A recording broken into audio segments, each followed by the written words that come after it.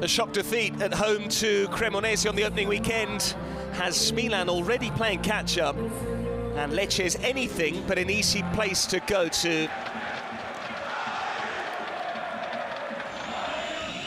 Modric with the corner. Gappia's there! Great start this for Milan, and just like against Cremonese, it's one of their defenders with the goal. But as far as I'm concerned, you're well within your rights to grapple in the penalty area. Yes, 2 hands on the chest, but following a VAR check, the Milan number 46 pushed the defender with 2 hands when the goal was scored. The final decision is the goal has been disallowed. Salamakers, it's up towards Loftus-Cheek. He's done well here, Loftus-Cheek, round the goalkeeper, at least he tried to. Referee saying he spotted the handball, it wouldn't have counted in any case, but Falcone was on his toes. It has reached Santi Jimenez. Good-looking ball in, Musa's there, Loftus-Cheek, slapped away by Falcone. Lecce's goalkeeper so often makes the difference, he proved it once again there.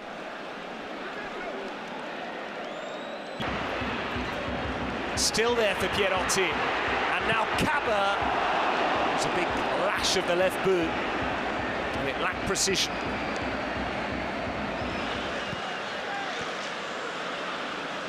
Fofana, through it goes. Here's Santi Jimenez, and he spurns the chance. The flag stayed down. He's been recruited at great expense to score goals. Crosses towards Pavlovic. May have been going wide, Falcone wasn't sure, and Milan win a corner.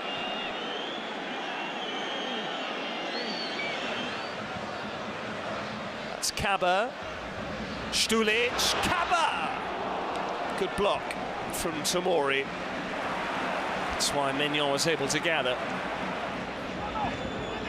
This is Salamakers. Estupinian scuffed it. Modric takes the corner. Loftus-Cheek is there, and Santi Jimenez didn't get enough purchase on the header. Salamakers again, they've let him turn. Here's Santi Jimenez! The Milan number 7 in the move leading to the goal was in an offside position. In by Modric, Loftus-Cheek! 3rd time's a charm for Milan. This one will surely stand. Prolific in his first season with the Rossoneri, anonymous in his 2nd campaign. Allegri knows what Loftus-Cheek can produce, and some evidence of it there.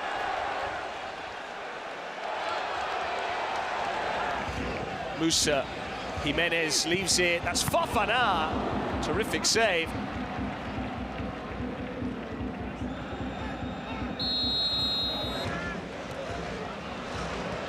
Slipped through here for Stulic, and Maignan did about enough. Couldn't hold it, had to concede the corner. Ricci now. Can Milan kill it off here? Ricci went for the near post. Falcone wasn't going to be beaten there.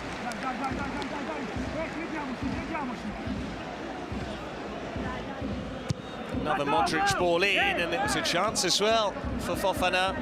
Has a happy knack of finding white shirts tonight, Modric. It's run the way here of Christian Pulisic. Just half a chance. He gambled and he got his reward. The match winner in March, and it looks like Pulisic has made sure of the points in Salento this time around as well. Not fit enough to start, but that's why Allegri sent him on. Valentien, who can run a goal here. Valentien put his boot through it.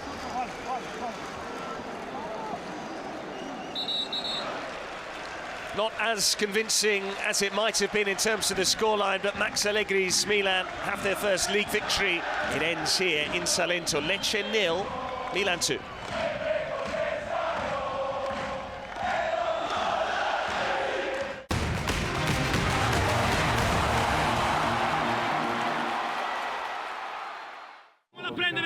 avanti, Matte. Dai, va bene. Sì, andiamo sotto fuori. Sotto, Matte. Sì, lungo.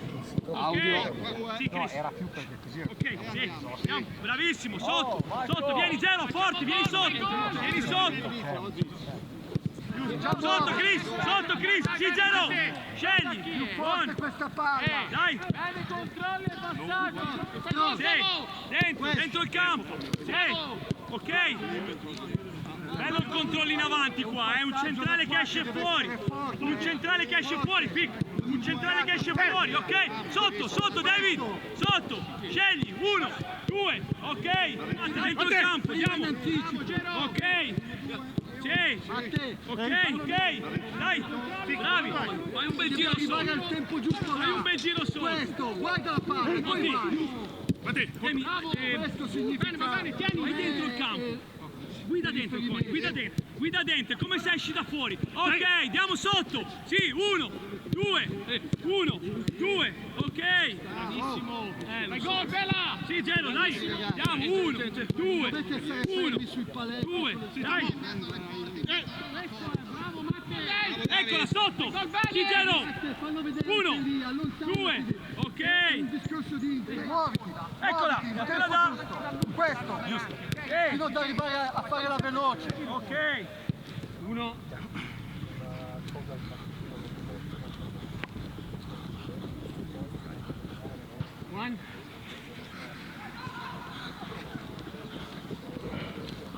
Bravi, 5. Siamo qua dentro rettangolo. Muovila sul controllo, bravo! 5, 6, 7, 8. Bravo! Tocca! Solo! 2 appoggi, Coniu! Ha bisogno! Sì! Timo! Esci ora! 4, 5, Falli, no! Muovila, non fermare i piedi, muovila sul controllo! 9. Bene, muovila!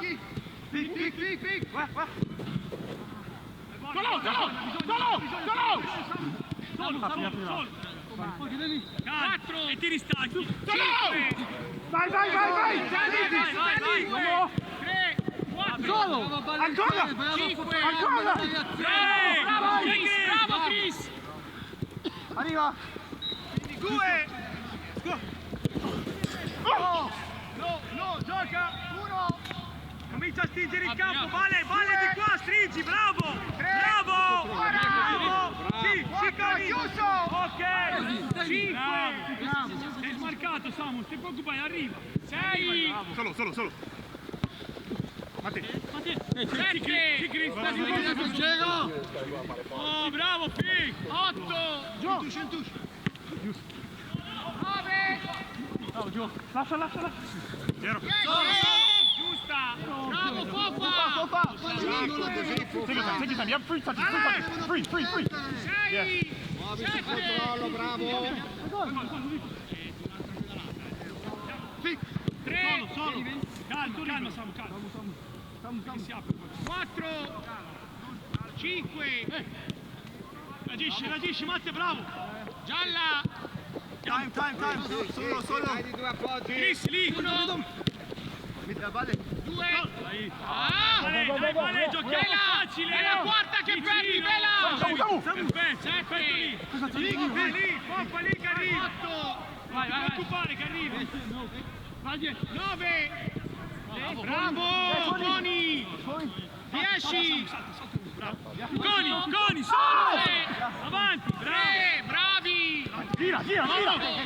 Bravo, Gelo, bravissimo! 6. Bravissimo! Coni, piano! Sì. 7. Ami. 8. Apri bene! Ma sbagli, va bene, Gero. Continua, Gero. Non abbassiamo, andiamo! Tieni su! Bravo. Eccola! Valla a cercare!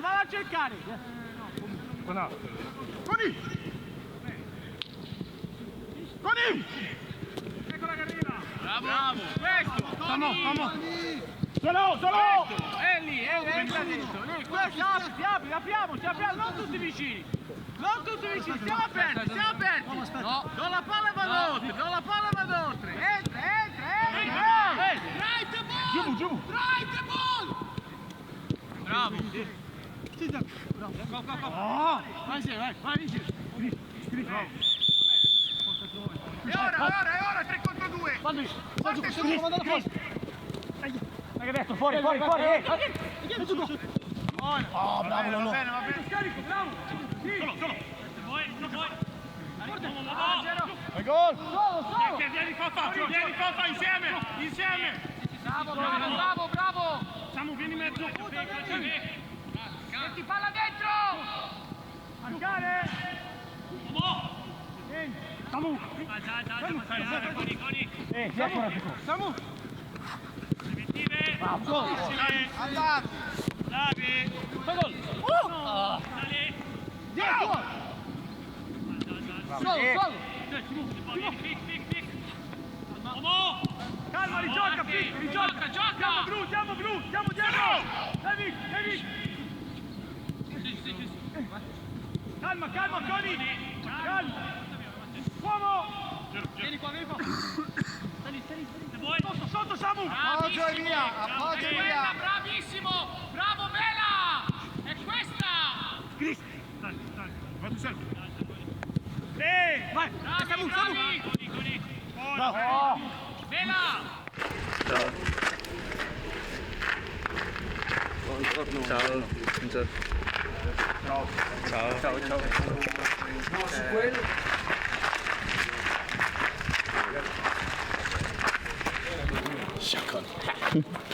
Ciao. Ciao. Los niños. Buongiorno.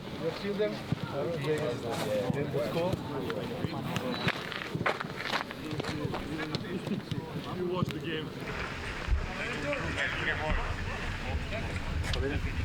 Oh my god. Scusa, ma fai il cinema? Ma fai il cinema? He did it. Siamo, dai. Andiamo. Vai.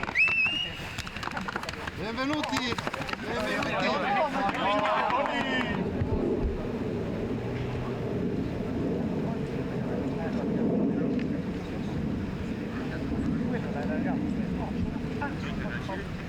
Attenzione, freno, back pedal, qualche appoggio, ritorno lungo. Rondo.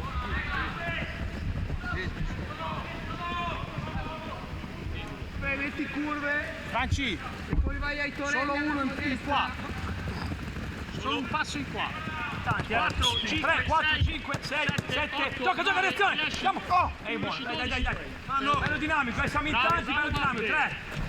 4, 5, 6, fuori, 1, dentro, fermi, 5, 6, 7, 8, 9, 10, 11, 12, buona, 1, 2, 3, 4, 1, 2, 3, dopo, ve lo dico 1, 2, 3, 4, 5, 1, 2, 3, 4, 5, 6, 7, 8, 9, 10, 11, 12, 13, bravo, 1, 2, 3, bravo Luca, è fuori, grande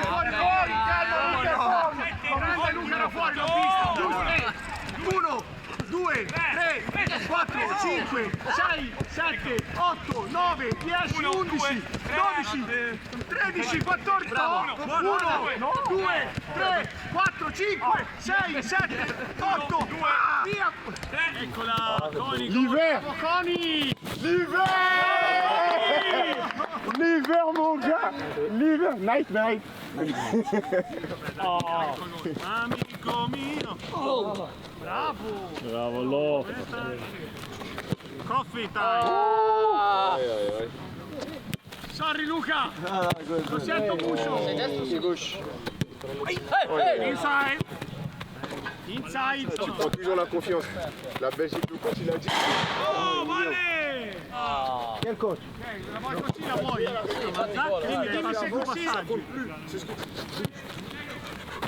Ecco, male che fai! no, vai dalla posta e go, vai.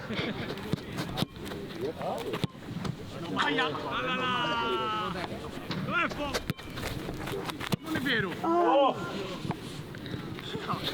Ma guarda che sto. Mamma mia, ti bendo sui ti dimostro. Davide. Bravo, Vale. Bravo Zach. One more.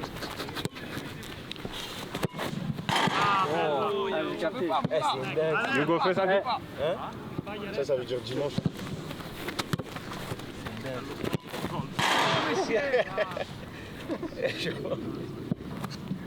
Ten push up.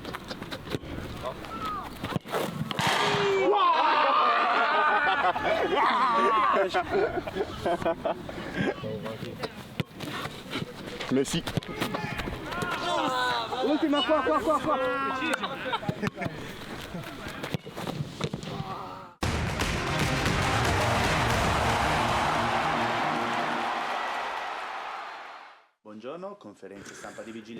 Good afternoon, welcome along to the pre-match press conference on the eve of Milan-Bologna. We'll start with Milan TV. Thank you, Nicola. Good afternoon, Coach. This Milan against Bologna, is it one of those games that you need to win in order to start well again after the international break, because you're up against strong opposition, because we didn't win our first league match? There are a whole host of reasons why this game is a match that you need to win at this stage of the season, isn't it? First and foremost, good afternoon, everyone. The new season is essentially beginning now because the transfer window ended on the 1st of September. Tomorrow up against Bologna, a team that's worked very well over the last few seasons. They're no longer a surprise package in SerieA. They're now used to being up in the upper reaches of SerieA. Sartori's done an excellent job in recent years, last season with Vincenzo Italiano as well, so we need to be very respectful, very focused. It will be a difficult game. They're a team with a lot of pace in the side. They've got very technical players as well, and they also play with a lot of intensity. This is our second home match. Unfortunately, we lost the first game against Cremonese, and as I said, we didn't necessarily play badly, but we conceded 2 very avoidable goals. So we certainly need to do better tomorrow. Right. Buongiorno, ciao Max. Good afternoon, Max. I wanted to ask you, this is a Milan side that comes back after the international break. It's been a bit of an overhaul since then. Do you believe that this Milan side is already ready, or will it take a little bit of time to find the right fit? I don't know whether we're ready or not, but we're up against Bologna tomorrow in a game that we need to win. Because we need to move past that home defeat against Cremonese. We need to start winning in front of our own fans. That won't be easy. 3 new signings have come in. I'm very pleased with the squad that I have to pick from. The club have done a good job in the transfer market. We've signed players who are a mix of players that have got more games under their belts and younger players. But there's a lot of quality in the side. The team is working well. And above all of us, and when I speak about all of us, I mean the fans, the club, the players. We know that it will be a difficult journey to try and secure our target, namely to be back in Champions League next season. Sky. Hi, Coach. 2 very quick questions. First, could you give us the latest in terms of Rafael Leao's fitness and whether the players coming back from international break have got over those lengthy flights? You've been working in football for an eternity now. On paper, is the Milan squad XXS, XXL, or is it enough in terms of your goal to finish in the top 4? Let's start with the second question, otherwise I'll forget it. We've got the right number of players to embark on this campaign. I think we've got 19 outfield players, plus there are some youngsters from the under-23 side that are certainly good players. They're with us and they have the opportunity to train with us and develop. As for the injury situation, Rafael Leao has a problem. You might say that it's whether he's strained it or pulled the muscle, but it doesn't matter. But it's a very dangerous muscle, this particular muscle in the calf, and therefore Rafael Leao won't be available for selection tomorrow. I don't think he'll be available at Udinese either. I think we'll probably see him against Napoli, because that's the time frame when it comes to someone recovering from a calf injury. Estupinian is fit, he's come back. He also told me that he's slept a great deal, and so he's got over the jet lag. Christian Pulisic has no issue whatsoever with his hand, and everyone else is available for selection. So we only have Rafael Leao as the current injury concern. Mediaset and Ardon Yashari, who unfortunately had that serious injury. And we'll wait for him when the time is right so that he can be available for selection once again. Hi Max, yesterday we attended Rabiot's unveiling, and he said that you're more than a coach for him. He really praised you a great deal, and he told us that he's ready. He kept stressing that concept. In terms of what you've seen from him, he played portions of the game for France as well. Do you think he could play a starting role? But you said, I haven't spoken to him in a while, whereas he said yesterday it was a very different story, that you've been in touch a great deal. Oh, you love all this stuff about whether we've been in touch or not. Yes, we did text one another. But after that, I hadn't been in touch with him. I hadn't heard from him before the transfer when he moved to Milan 10 days ago. He is physically fit like everyone else is. Christopher Nkunku is the player who's the furthest behind in terms of his fitness levels, because he never trained with Chelsea in London. He was training individually, so he has had 2 weeks with us, and it's only been the last 3 days when we've had the full squad in training.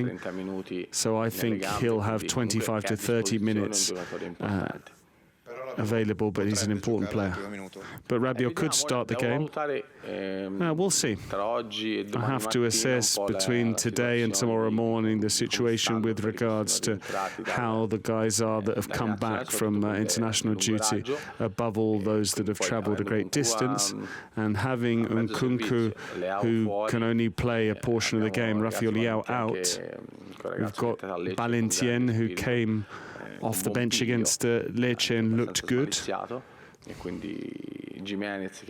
We've got Santi Jimenez, who's come back in. He was with the national team as well. So I'm pleased with what he did for Mexico, because he's a good player.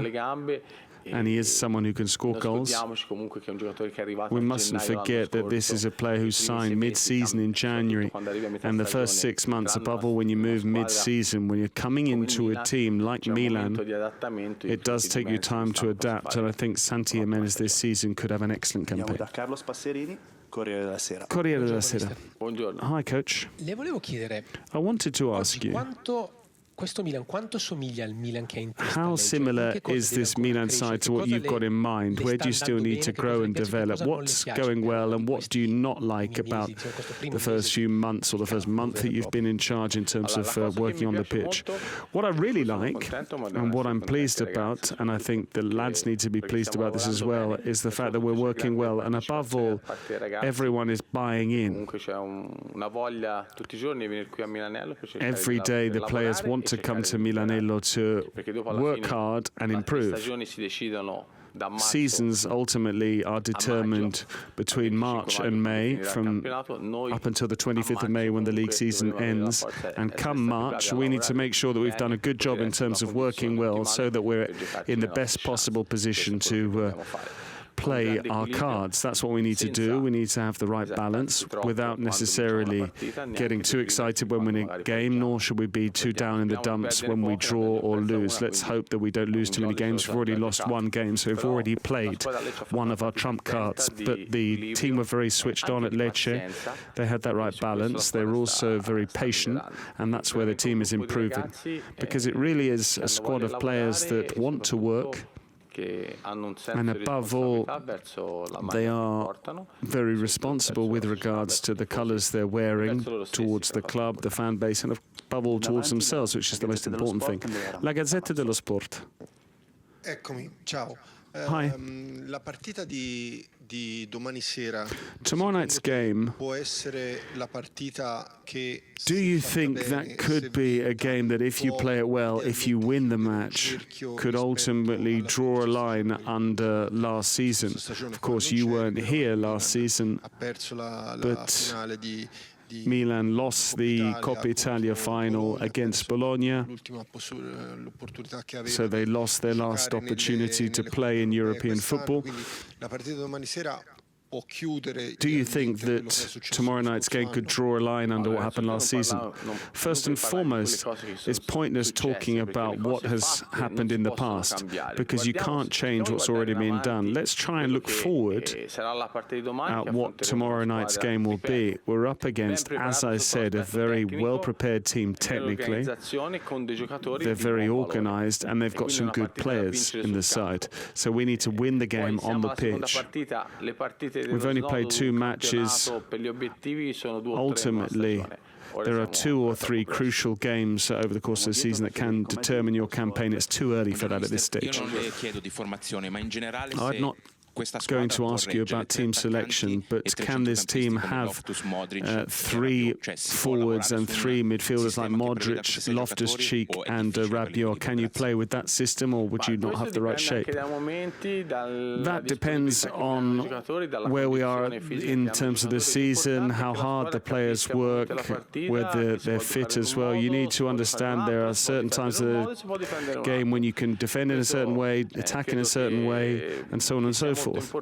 I think it's very important, because having a team that's able to understand the various moments of the game is a huge advantage. Corriere dello Sport. Hello, coach. A number of people are saying that with Vlahovic, Milan would have finished in the top 4, but with Santi Jimenez and Nkunku instead. It always makes me laugh when I hear, when you can win with this player, you lose with that player, but there are too many variables and unforeseen circumstances in football. You need to do a good job in terms of managing what you can't legislate for. It's pointless saying, you can't win with that one. We don't know what will happen tomorrow. We don't know what the future holds. But you need to embrace tomorrow and manage it as best you can. You can't say that you'll win with one player and lose with another, because unpredictability is right around the corner in football. So you need to do a good job in terms of managing that. What we can do is simply work hard with a lot of passion, with a lot of love for what we do, to try and lay the ground whereby we can win matches and ultimately secure our targets. Everything else is chatter, which is nice, it's amusing, that's great. I don't necessarily chat about football, maybe I do it elsewhere. If you'd win with this guy or the other, no. There's one thing that we need to do, work hard, and everything else is talk cheap. Buongiorno. I wanted to ask you, this is topical over the last few days. Milan-Como being played in Perth, Western Australia. Cesc Fabregas has already come out and said that he's against the idea. You've given your opinion on that. What do you make of it? No, I haven't been asked about it. What can I say about it? The competent authorities will ultimately decide this. Unfortunately, we're moving towards utter globalization. Whether you like it or not, there are changes in every sport, because in the NBA, they've already come to play in Europe. You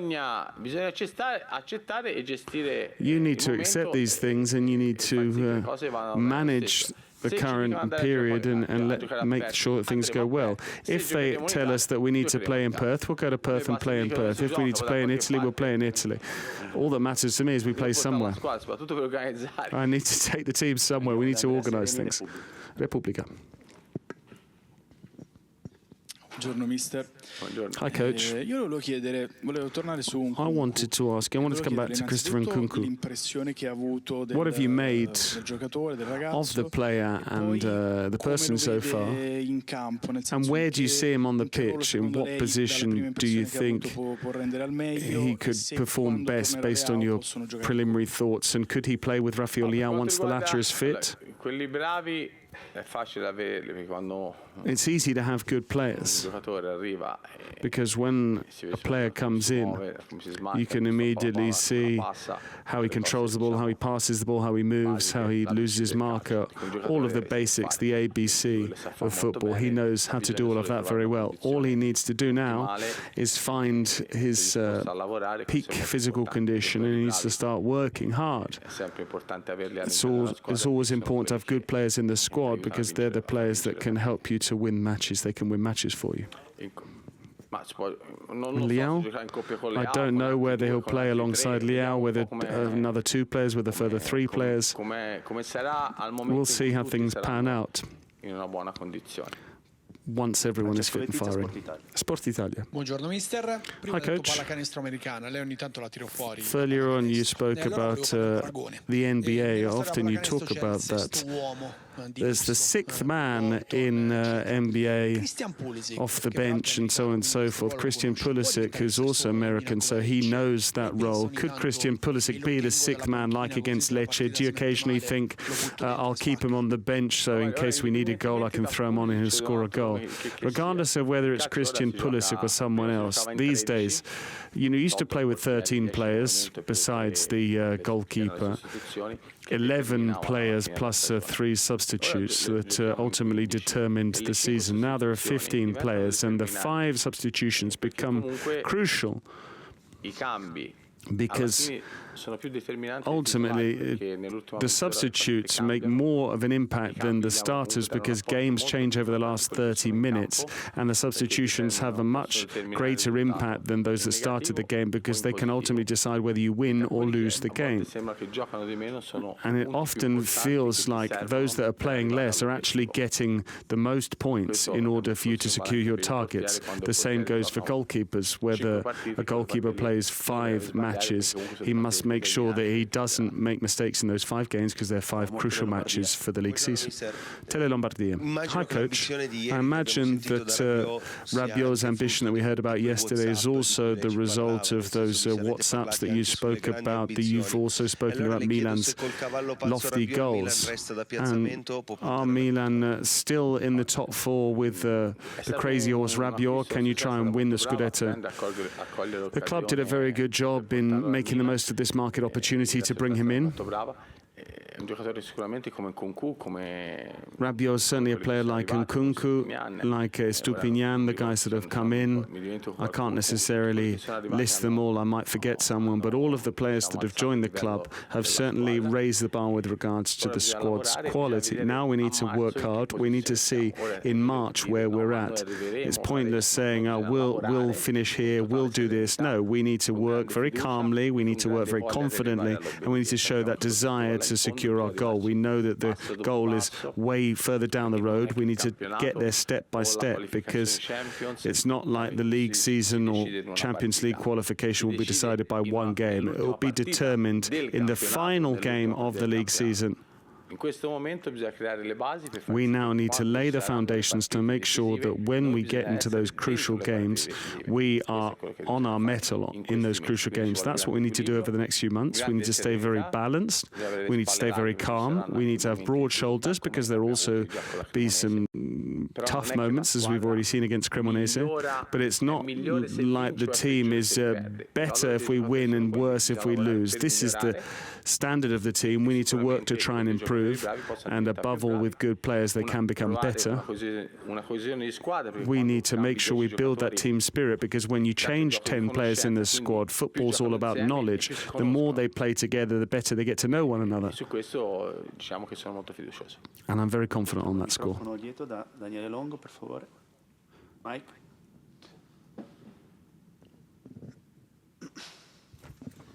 Hi, Coach. I wanted to ask you, in terms of the back line,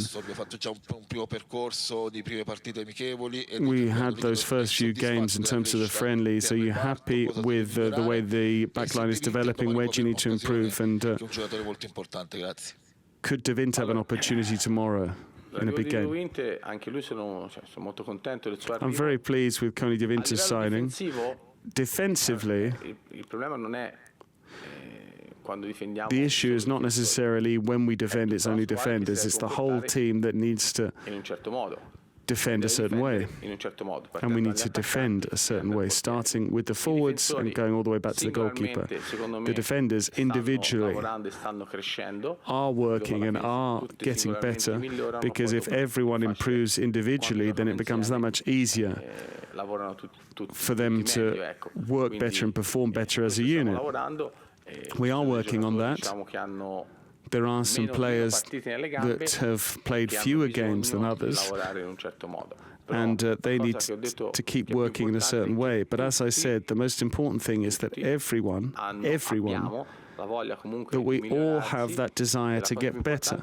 And what matters most is that everyone needs to look at themselves in the mirror every day, because what we've achieved remains. What we still need to do, we need to see whether we're up to doing so. But we need to think about what we have to do, not what we've already achieved. Buongiorno, mister. Hi, Coach. I'd like to come back to the forward line. For a number of years now, Milan have been lacking a player that scored 15 or 20 league goals. Do you think that Santi Jimenez and Rafael Leao have the skill set, the ability to hit those sort of numbers? Because it's important for Milan to make sure that the forwards get that sort of number of goals. I don't know whether they necessarily score that number of goals, but everyone needs to have the potential to score that number of goals, and they need to have the determination to go out and score them. I talk about Leao, I'm talking about Jimenez, Pulisic, Loftus-Cheek. Loftus-Cheek can't not score league goals. We're talking about Youssouf Fofana, we're talking about Nkunku, De Balintien. We're talking about defenders that when they go up there and try and score with their head, they need to be convinced they can score goals. Did you know that Rabiot promised 10 goals yesterday? I hope that he scores 8. Paolo Vinci. Hi, Max. Good afternoon. You've got a wonderful midfield line with 6 players that would be starters in all of the other top sides in Italy. Do you think one of the 6 players might play a little bit further forward in the front 3 to make sure you don't necessarily sacrifice them or not? It's not a case of sacrificing someone. First and foremost, we need to work week in, week out, game in, game out, because there's some unforeseen circumstances. Someone pulls up with an injury, someone's overworked. Not everyone can play for 95 minutes in every game. There are substitutions. There are matches. There are certain periods when you need to set up in one way, and there are periods when you need to play in a different way. But what matters is everyone is willing to work hard, as they have been doing so far. Sartori. Hi, Coach. Earlier on, you're talking about the right squad depth, given that it's only Serie A, but then there's the Super Cup. Is it still too early to see Atekame, for instance, or Odogu at this stage, so they're young players? Odogu was the last man in, but he looks very switched on and receptive. The same goes for Atekame. He's a very reliable player. And so I'm very happy with them. If I decided to call upon them to play tomorrow, I know absolutely that they'd produce a good performance. Milan News. Hi, Coach. I wanted to ask you, after more than a month on the pitch in terms of competitive games, do you have an idea in terms of the identity you want to give to this team tactically in terms of formation, 3-5-2, 4-3-3? We've spoken about this a great deal over the summer in terms of the mark that Max Allegri wants to leave. I don't know. I'll pick 11 good players tomorrow, and hopefully they produce a good performance. It's not a case of formations. It's all about the players' qualities and their attributes. I always try and simplify things, and I know that when I say I simplify things, that people say certain things. But when we have the ball, we're going to try and score goals. When we don't, we're going to try and defend. Buongiorno mister. Io volevo Hi, parlare Coach. di Samuele Ricci. È entrato I wanted to talk about Samuele Ricci. He came on and looked good against Lecce. Do you believe that he's got big room for improvement as a number 8? What I can say is I'm delighted with Samuele because he really has come on leaps and bounds since he came in. His body's also changing in terms of his fitness levels. He's really bulking up in terms of his lower half. I think he's a very intelligent player. He's very good tactically. And I think he is improving both tactically, technically and physically. But that needs to go for everyone as well. I don't like talking about young players because, let's say, less experienced players. We've got players that have international experience in Kunku, Rabiot, Modric, Tomori, Pulisic, Loftus-Cheek, Fofana. And then we have players who are less experienced at international level that have played fewer games, but they have excellent qualities. And we need to work on that day in, day out to make sure that they can tap into certain guarantees, and Samuel is working very well. I'm pleased with him. Milanisticano. Buongiorno mister. Hi, Coach. Mister, in queste prime due partite, in these first two matches, not that I necessarily want to weigh things up, but the trend has shown that Milan have actually afforded the opposition fewer chances than anyone else. You've had more shots in Serie A than anyone else at the opposition goal, and you've also second in the league with regards to creating number of opportunities. I wanted to ask you, with regards to this data, your thoughts in terms of the way the team is built, because in these first two games you have managed to strike the balance between attack and defence, but this data in terms of chances afforded, chances created, ultimately need to lead to clean sheets and you scoring lots of goals. So what are you lacking at Milan in order to take that final step from this data, which is encouraging and it's an early trend? What are we lacking? It's not that we're lacking the final step, we're missing a lot. We have to work a great deal. We did keep a clean sheet at Lecce, yes, but there were certain avoidable situations that we could have not conceded, and the players know that. We also need to improve our strike rate with regards to the chances that we're creating. Yes, that's true. The more you convert your chances, the higher the conversion rate in terms of goals scored. With regards to the ratio of chances created, it's that much easier to defend because it's not easy to score goals. It's very tough to find the net. Defensively, we are improving as a team. We are more focused. But rather counterintuitively, we actually were a greater risk against Lecce on 2 or 3 chances as opposed to the Cremonese game, because on 2 or 3 occasions we ran a risk of conceding goals at Lecce. So we really need to improve a great deal. We need to work very hard. We need to have the strength and the good fortune not to concede goals. The more clean sheets you have, the more confidence you gain. And this is all part of the job that we're doing. It's only natural. And as for balance and shape, that's crucial. That's crucial in everything, above all in a football match. Carlo Pellegatti. Buongiorno Max. Hi Max. La prendo un po' da lontano. Nel tuo palmarès ci sono gli scudetti, ci sono You've won Italian domestic titles, the Coppa Italia. I secondi posti in You finished second as well as a runner-up in the Champions League final. However, prendo da lontano, poi ti dico dove voglio arrivare. Il quarto posto con la Juventus. There's the 4th place finish with Juventus when everyone knew that you would be penalised. You managed to keep the team, and the team managed the pressure. At the end of the transfer window, I felt like there was something in the air that, okay, now there's Max Allegri. He's a coach who earns a lot of money, and now he needs to get the team winning. Have you noticed this as well? This attempt to try and put pressure on you, because if the team goes well, great, but you've only done your duty. It's only natural there's pressure because I'm the Milan head coach, and what we need to do is win football matches. Everything else is all chatter, you know, it's what people say, what people do, but the most important thing we need to do, me and the players, we're not working for ourselves, we're working for the club, we're working for Milan, and we all need to work for the club, because ultimately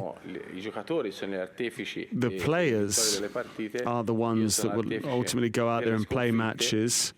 I'm got my head on the chopping block if we lose games, so we all need to work in the right direction for Milan, the company, and we need to stay very calm in doing so, and that needs to be clear in everyone's mind. And we all agree on that score. Thank you very much, everyone.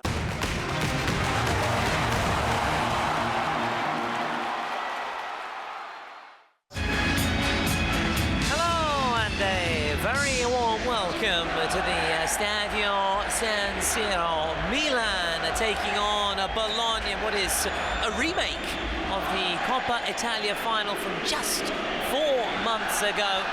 That night, Manuel Pascali was there to witness a famous victory for the Rossoblu, and he's here tonight. Hello, Manuel. Hello, Thomas, and a very good evening, everyone. Yes, it's showtime at the Giuseppe Meazza. What a cracker we got ahead tonight. Yes, as you said, it's the remake of that glorious final for the Rossoblu, but here AC Milan wants to win, to get the revenge against Italiano and get the 3 points at home for the first time of the season after the surprising defeat at the opening game against Cremonese. Exactly, who would have expected that newly promoted Cremonese coming here, winning for the first time in their history at the San Siro. And they did so thanks to a wonder goal from Federico Bonazzoli. Now Milan have to put that behind them. They have done that in part by winning at Lecce last time out, just before the international break. Bologna, they lost on match day 1, won in match day 2.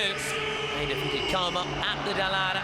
Gattuso, of course, a very popular figure for Milan, now in charge of Italy. And after a winning start, although a very nervy start as well, 5-4 win against Israel. Of course, we'll be checking out the Italian talents today, such as Orsolini for Bologna, Gabbia maybe at the back for the Rossoneri. Expecting around 70,000 fans inside the ground tonight for this one. It's a Sunday night, 20:45, a local time kickoff here. Playing surface, as you can see, it's looking in good nick. Fans are treating a bit of a light show ahead of kickoff here. Day 3 of the Serie A season, still a long old way to go, but his defeat in the Derby d'Italia shows that it takes just a couple of slip-ups and find yourself already 6 points off the summit. They want to be competitive, they want to be in the upper echelons of the Serie A table. Their objective is to return to the Champions League, qualify for the Champions League.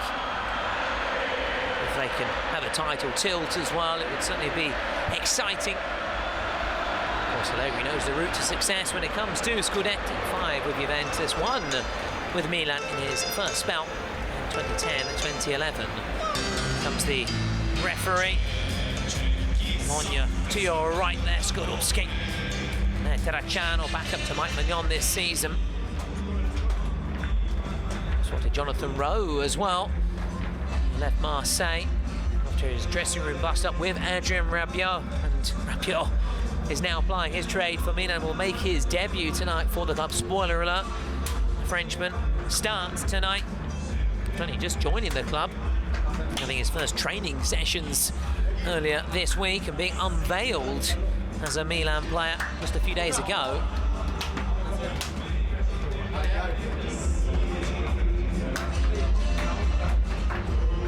Ferguson, who's looking to return to those levels of just a couple of seasons ago. Raffaele Palladino also in the house after his one season last term with Fiorentina, before that with Monza.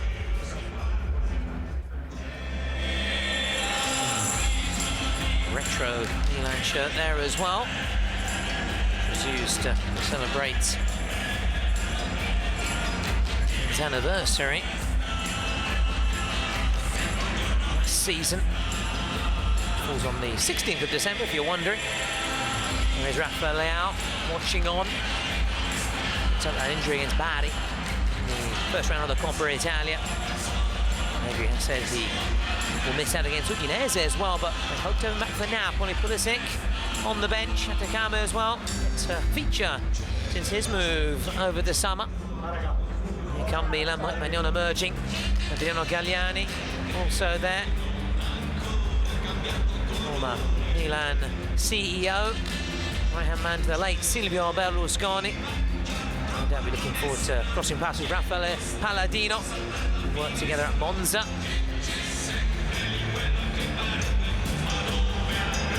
Plenty of famous faces then here at the Stadio San Siro for this one.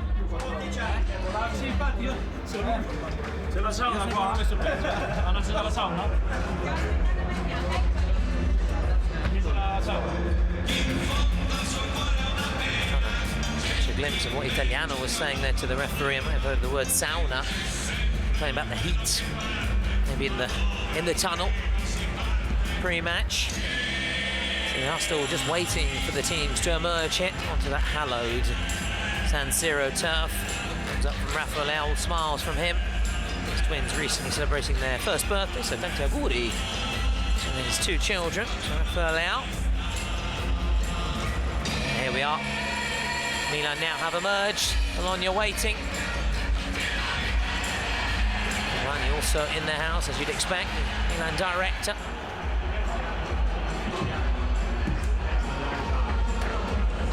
Officials just waiting for the all clear to lead out the two teams here. We are moments away from kickoff. Sit back. Andiamo. Let's go. Enjoy the show. Let's go!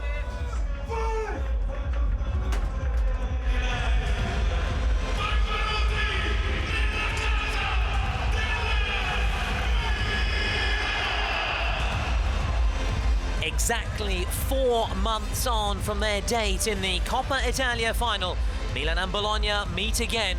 Can the rossoneri exact revenge, or do Bologna have the psychological edge after their famous win at the Olimpico?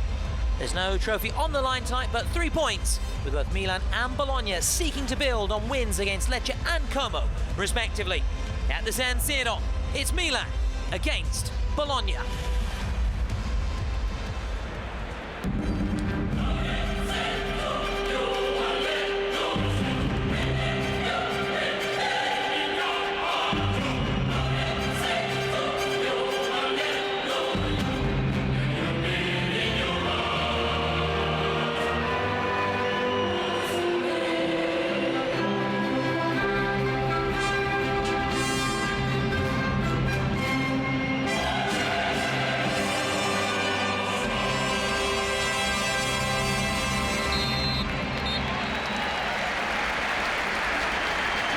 Of course, on Adrian Rabiot. Spoiler alert, he makes his debut only days after being unveiled officially as a Milan player. A return to Serie A, reunited with Max Allegri, having worked together at Juventus between 2021 and 2024. You're the last one to come through. Big expectations for the French international. So, as we were just saying, Milan's new number 12, Adrian Rabiot, making his first appearance for the club, and he does so alongside fellow Frenchman Fofana, who's a spot in Milan's midfield for Luka Modric, who turned 40 earlier this week. Loftus-Cheek plays once again behind lone forward Santi Jimenez.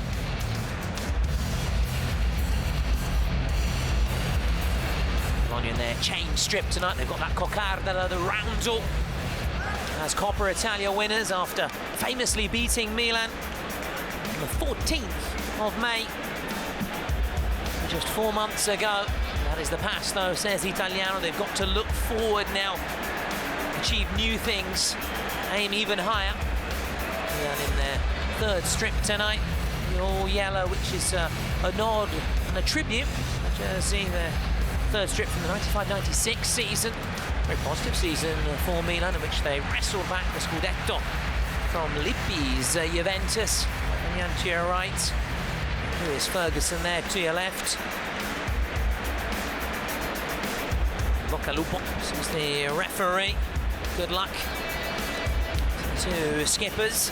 Is Matteo Marcenaro taking charge tonight. Antonio Rapuano, fourth official. We have Michael Fabri and Daniele Paterna, VAR and assistant VAR and the IBC in the sonnet.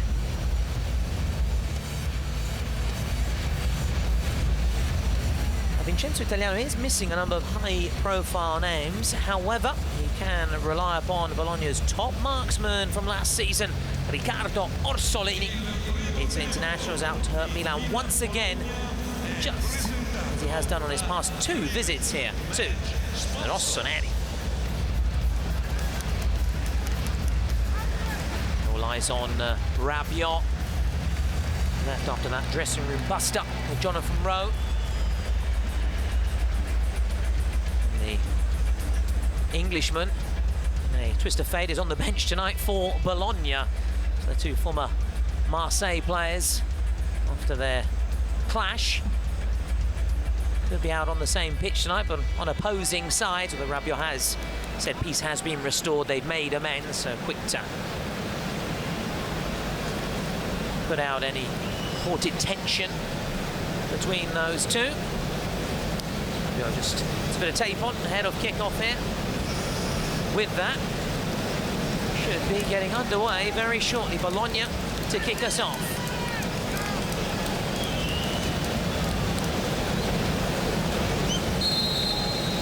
We are underway. Bologna playing from left to right. Can they do it again against Milan as they did 4 months ago? That night Manuel Pascali was at the Olimpico for a very famous final for Bologna, and he's here again tonight. Hello, Manuel. Yeah, look. Thomas, yes, I was there. It was a glorious night for the Rosso Blu. But now, obviously, AC Milan will look to take a kind of revenge on the Italiano's men. Salamakers for Santimenes.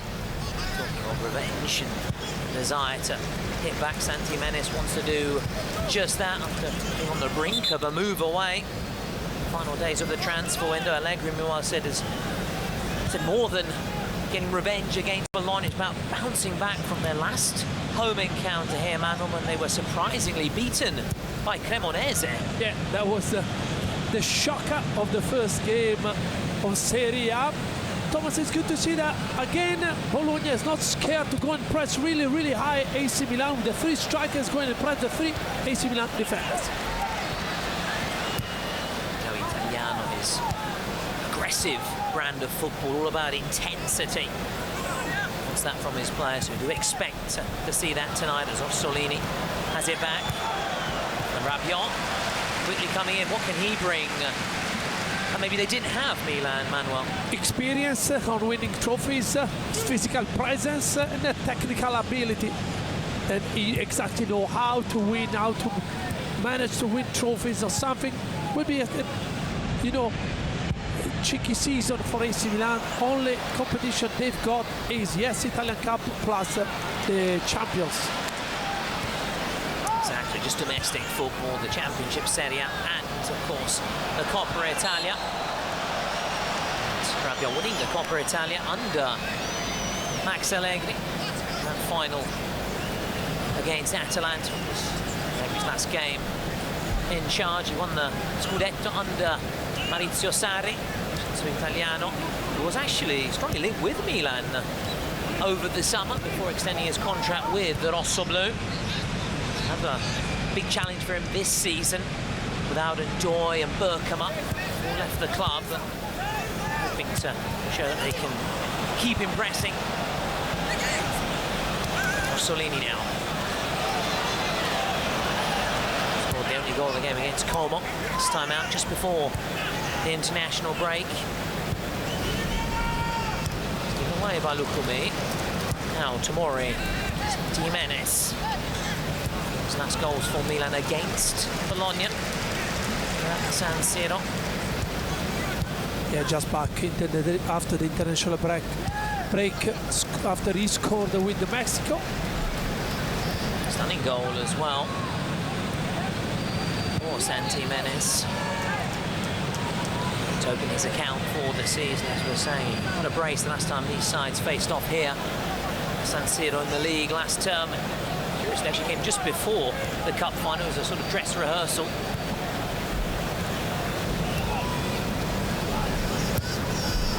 Going through the middle here, looking for Rabiot. Those appealing to referee Wards in favour of the visitors. Yeah, foul against Rabiot, and I think all credit to Zorte. I think he's, but you can see clearly. Then if Bologna wants to press really, really high AC Milan, there is this risk that a midfielder will spot the spare room and attack. That's what Rabiot has just done. Zorte, I think, is clever enough to try to protect Skorupski. Not sure about this referee decision, but fair enough.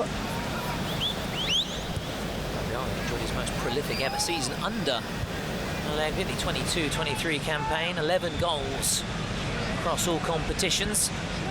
So he wants to hit double figures in Milan colours, Adrien Rabiot. So Allegri saying he'd settle even just for 8 goals from his midfield. They've got a really good rapport. We're delighted to have him again at his disposal. Here's Hagen, who's settling into life in Italy, the former West Bromwich Albion defender. Speaking about the different culinary traditions between the UK and Italy. So he's accustomed to having all his food put on one plate. Here in Italy, the primo piatto, secondo piatto, so first dish, second dish, and the appetizer all brought out on different plates, but he's certainly enjoying it nevertheless. Pavlovic wins the header, good work.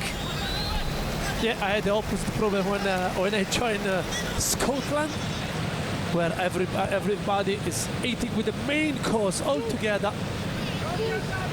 But look, Thomas, now AC Milan with Modric, Rabiot, Fofana and Loftus-Cheek in the middle of the park. They've got a strong department. They've got everything. They've got technique, they've got presence, they've got physical attributes as well. Loftus-Cheek celebrated his first club in 7 years to the English national squad of the recent international break. Now Modric. Estupinian. Next player to help Ecuador represent Milan. Become the first to score from Ecuador for Milan. That's the next step. I'm wondering if it's a little bit silence because the Curva Sud are on strike. They're present, but they're not chanting. They're not really getting behind the team. Now Fofana. Spotting his fellow countryman. Here is Rabiot. Goes out, looking for a corner or a throw-in. Yeah, no, a bad start from the Frenchman. I think it is a corner. Tried from distance, because Fofana received the ball. There was a kind of misunderstanding in between Egem and Lukumi. One was with Jimenez, the other was free, so they were late on Fofana, who was able to serve Rabiot unmarked. Modric to take. We're spotted inside the box here. That's with Gabbia. Here goes Modric. Put away by Santi Castro.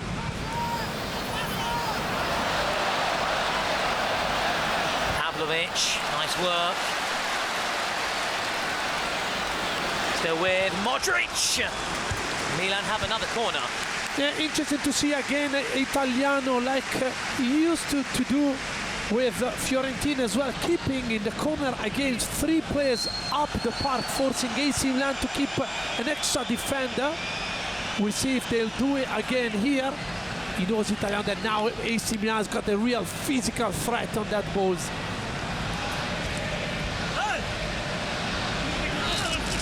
Modric. Skorupski comes, pushes it away. Bianchi coming back. Foul by Salamakers, who helped Bologna. It's an unprecedented Champions League qualification a couple of seasons ago on loan from Milan. Giving away the foul there on Cambiaghi.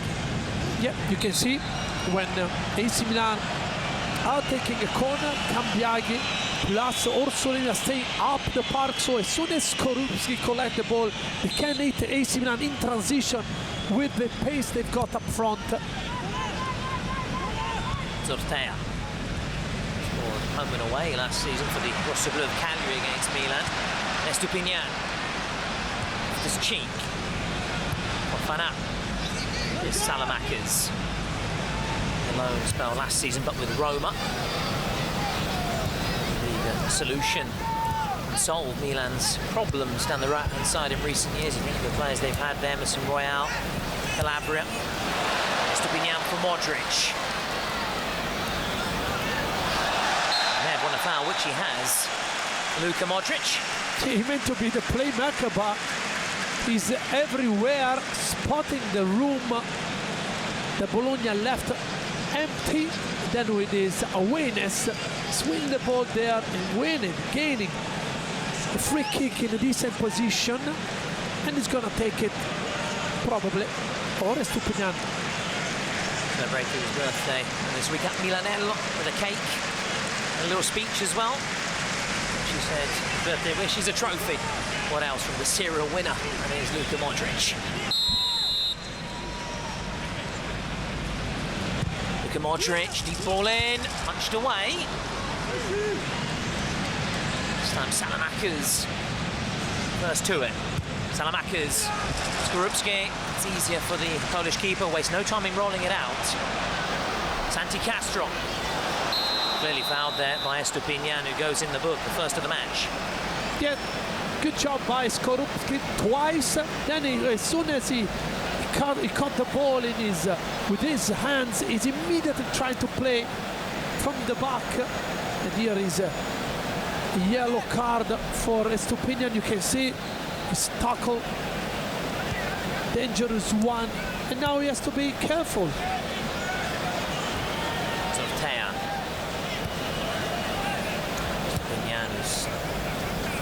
Got to replace Hernandez. Alilal over the summer. Been a real shake-up, hasn't it, in the Milan squad? It's all about revenge, but it's a very different Milan side on the pitch, but also in the dugout with Allegri. Yeah, of course, it's not an easy job to replace Hernandez. Has been outstanding. Modric wins it back. Santi Menes for Loftus-Cheek. Now Santi Menes on the burst. Still Santi Menes. Saved by Skorupski and then away by Lewis Ferguson. Yeah, brilliant by Jimenez. Winning the ball back and immediately find room to strike in the middle of a couple of Bologna players. Here Hegem losing a cheap ball, but look what Jimenez is doing so well. I think not making Ferguson to great piece of skill. Comes the corner. Skorupski gets a glove on it, and then the referee holds the play. Free kick for Bologna. Has to soak up that pressure. Yeah, Estupinian has to be careful because he's facing Orsolini. We know the Bologna winger is very direct. Every time he will receive the ball, he will try to take Estupinian on and force him to get the second yellow card.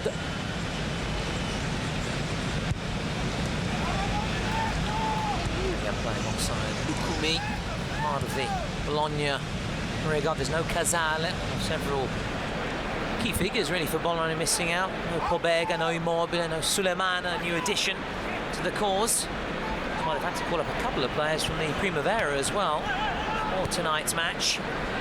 As we said at the top, they've still got Orsolini, still got plenty of players who have been key for Bologna in recent seasons, which they've impressed. Qualification of the Champions League, Antigua Motta, the cup final last season. Lukumi spotted Orsolini, great ball.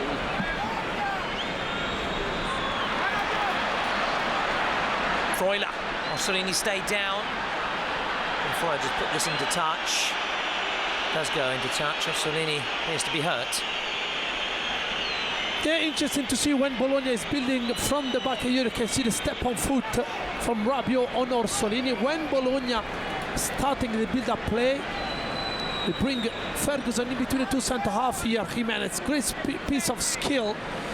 They did a fraction of a second, managed to shot to central as Corrupti saved it. Again, poor passes. He needs to improve his distribution. Freuler. Magnan wants to get a glove to it. I don't think he got a touch, so it will be a throw-in for the Rossoneri, playing in the giallo and the yellow tonight with green trim.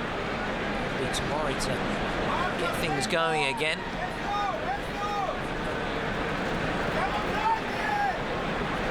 Loftus Cheek. Ferguson wins it. Here is Cambiaghi. Orsolini may fall kindly here for Cambiaghi. It does! But the arm goes up, the flag goes up. Not sure if Cambiaghi is in an offside position because it looks like he's coming from behind. Let's see if Bologna winger, yes, he's offside. AC Milan defenders walked well. Not sure if Casso is telling his teammates that he should have left the ball for himself.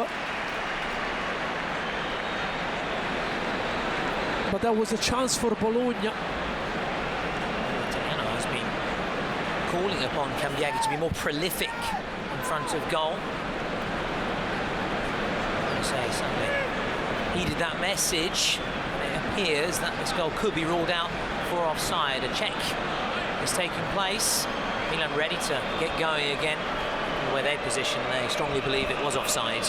Yeah, it looked like when the Bologna player tried to shot from that distance, looked like Cambiaghi was an offside position, and it is. The joy short-lived then for Niccolò Cambiaghi. Modric just plays it upfield. Rabiot coming towards it. He's done well to win the foul there.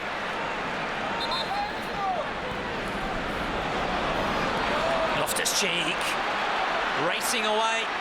Still with the Englishman. This would be wonderful. Again, making amends after a couple of wayward passes. Brilliant by Loftus-Cheek. This is what all the AC Milan fans want to see from him every single match. But all credit to Lukumi. Using the experience, just a light push on the Loftus-Cheek back, and he lost the balance. Stepinian. Fofana. Almost crowded out there, but he's managed to find Adrien Rabiot. Will settle for a throw-in on this near side, Adrien Rabiot. Yeah, I'm telling you, Thomas, these midfielders can match Napoli, Anguissa, Lobotka and McTominay because they've got everything. Is the complete midfield, absolutely. Estupinian for Luka Modric. Now towards Loftus-Cheek. I think he's won a corner. Brilliant. Again, he's got the pace, he's got the technique. All credit to Fabian, because from a number 10 position, he spotted the run, he's tracking the run, and doing his defensive duty. But well done to Loftus-Cheek, who is looking completely different player this season under Allegri. To the opening goal against Lecce. Just before the international break, can he leave his mark once again? Here is Modric. Skorupski comes, has to really deal with it. Now Fofana, and the whistle goes. It was a good interview, Manuel, earlier this week in the Gazzetta dello Sport. Luca Gotti, who actually worked in Maurizio Sarri's coaching staff at Chelsea and worked, of course, alongside Loftus-Cheek, saying he's actually one of the best players ever. Had the privilege of coaching. He just needs confidence. When he's a confidence player. Yeah. You can see he's got everything. He's got a wonderful physical presence. He's strong, he's big, and he's got technical ability. He needs to add end product. Can he deliver on a consistent basis? For example, didn't get a single goal last season. Now, Santi Castro is looking for Fabian. It's Pavlovic away. Yanis, now Cambiaghi. And another yellow card has been shown, and once again, it's to a Milan player. Tomori protesting his innocence, but pointless doing so. Yeah, because he's coming with pace, with speed, and it's a dangerous tackle. Dangerous for Cambiaghi as well. But you can see that the trio that is playing up front for Bologna is looking dangerous every time they receive the ball, because they got pace. Cambiaghi's got pace, he's very direct, and he can trouble Tomori every time he's got the ball. Reaching the 20-minute mark, and the streams have flown by because there has been plenty to talk about, plenty going on. Themselves to defend this free kick, to keep out the Asso Blu of Bologna. Ferguson, Yanis, Loftus-Cheek, wasn't quite so convincing from the Englishman. Now Gabbia with Mike Mignon, that's a poor clearance. Very nearly straight to Orsolini. Shaky moment there. Now Rabiot. Rabiot runs into trouble. Now Cambiaghi, but Bologna stopped in their tracks. Soft, Thomas. Very, very soft. But I don't know why AC Milan are looking for troubles in their own box. I don't think this is a foul, in my opinion. Castro got the ball. And look here. Milan got lucky here. Orsolini couldn't control the ball.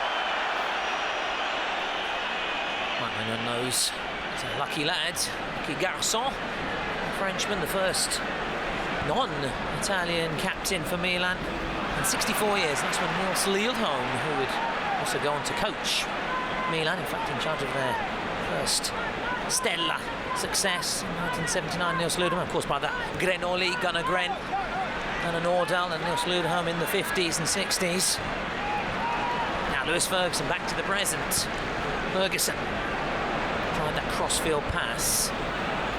Salamakers. They hunt in packs, don't they, Bologna? Yep, Ferguson is dropping again in between the two centre back, and then Fabian plus Freuler are playing as a midfielder duo.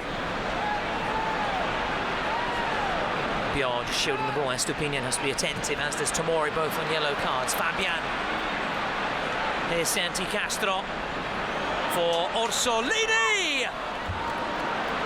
And it's still there. And Yanis with a follow-up effort. Mignon made the initial save. Milan couldn't clear it. And Bologna have won a corner. Yeah, here Fabian is asking Orsolini some question about his position. You can see here, he's onside. Look, Zorte in the middle. Yes, Fabian is on the penalty spot area. I don't think there is a chance for Orsolini to play back the ball to his fellow player. Yanis, Orsolini, Salamakers for Fofana, coolly done. Now Fofana can break. Needs options, needs men to get forward. Fofana, and looking for Loftus-Cheek. Rabiot, Estupinian. Time and space. Salamakers, Fofana, that return pass. Yeah, brilliant tempo, Thomas, end-to-end stuff. Bologna are pressing AC Milan really high. They're forcing the Rossoneri to make mistakes and start from there to create problems. Fofana, try that deft touch towards Loftus-Cheek. Rabiot loses out to Lewis Ferguson. Cambiaghi, Fabian, who's an inter-academy graduate. Would love to score against the Rossoneri on their own patch. The energy level of Bologna is incredible. As soon as Fofana started driving the ball forward, 8 Bologna players recovered. Zortea.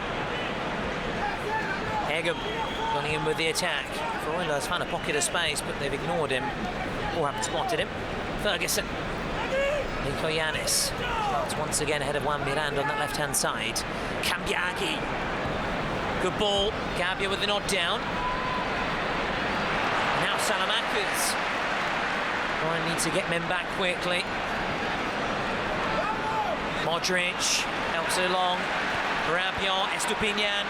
Keep an eye on Pavlovic, bursting through. May come to Pavlovic here.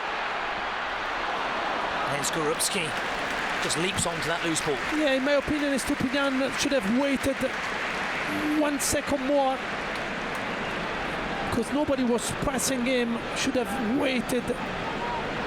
Oh, what a fantastic player Salemakers is. He spotted that he was by himself with Loftus-Cheek on the ball, and he took the right time and he waited.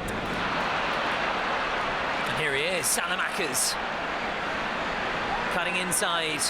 Estupinian could be in here. Still, Estupinian off the post. You called it, Thomas. Goal was coming for AC Milan again. Salemakers spot a good run by Rabiot. He's forcing Zortea to stay really narrow with Egem, and then that's some effort.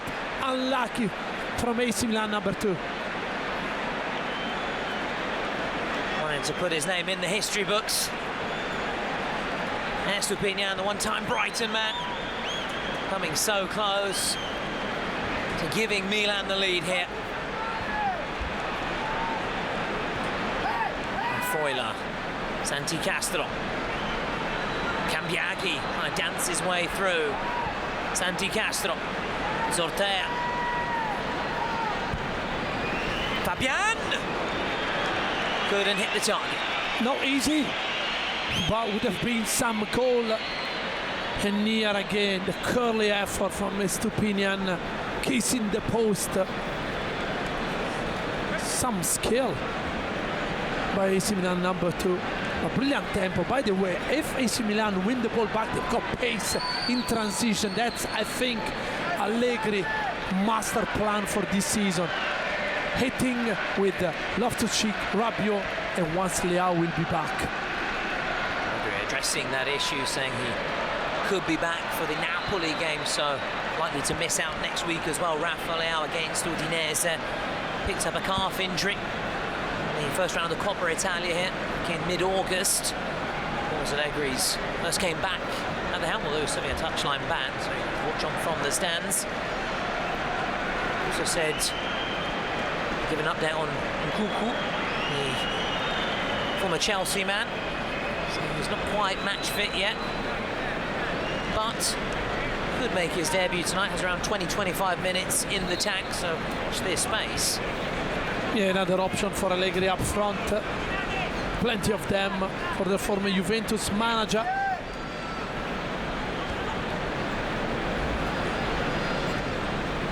Salemakers. Santi Jimenez coming towards it. Fofana. Estupinian just couldn't quite bring it under control. And he wears the number 2, which was once of Cafu. Inside the ground time. We do have Nelson Dida, Champions League winner with Milan, not once but twice. Watching on tonight, no doubt will appreciate the talents of his successor, one of his successors, Mike Maignan. I think even Thomas, even Jimenez is doing well. He's coming short, playing with his teammates well.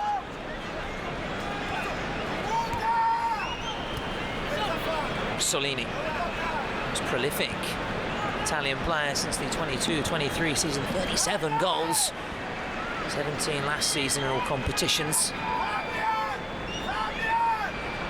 Cambiaghi, Ferguson looking to get back to those levels we admired a couple of seasons ago, pre-injury, a serious knee injury. Did start the cup final in May. Kumi. Patient build-up play this from Bologna. Cambiaghi, as he overhits it, and there's the answer. Old-fashioned winger, left-footed player playing on the left. He's very direct, he's quick. Now he's asked too much from his pace. But he's an interesting prospect. Played for Pordenone ages ago in Serie B as well, doing so well in the first season, competitive season. His injury problems last term.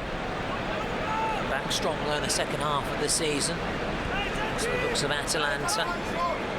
Spells with Empoli in recent years. Continuity. Dallara. Fofana for Loftus-Cheek. See the idea. Modric first time. Ferguson had to be in the right place at the right time, which he was.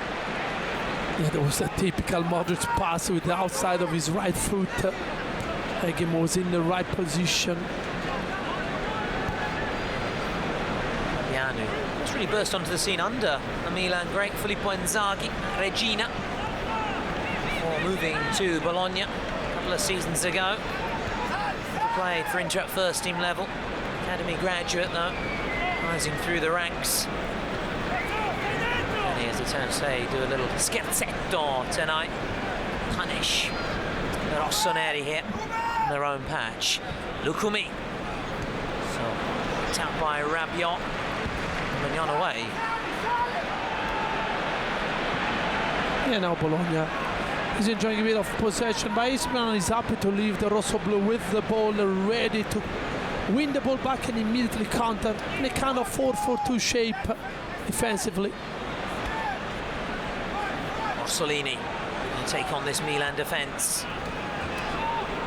Freuler, Salamakers. Gabbia stabs it away.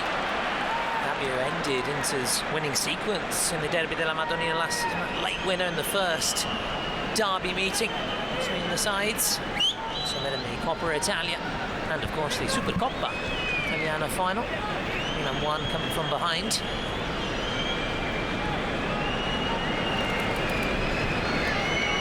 Kumi.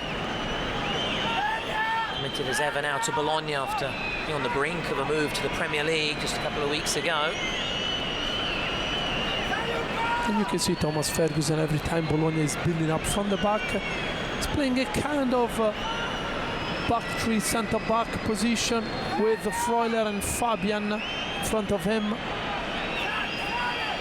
Was there Lewis Ferguson as an option now? Lukumi did appear unsettled in the first two rounds of the season.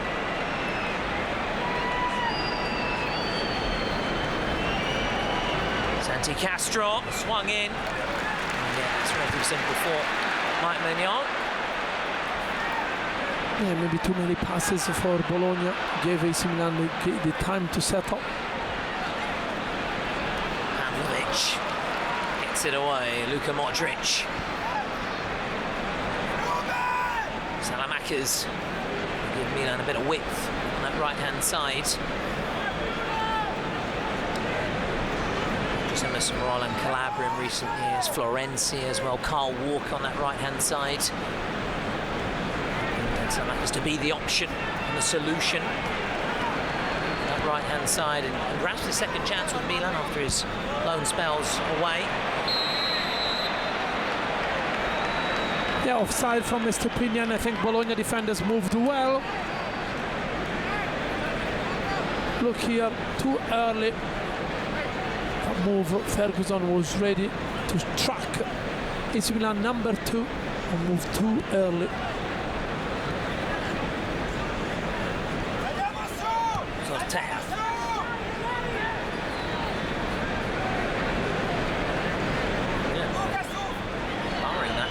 Defeats in the final to Bologna have actually a really good record against the Rosso-Blu, unbeaten. 18 of the past 19 head-to-heads in Serie A.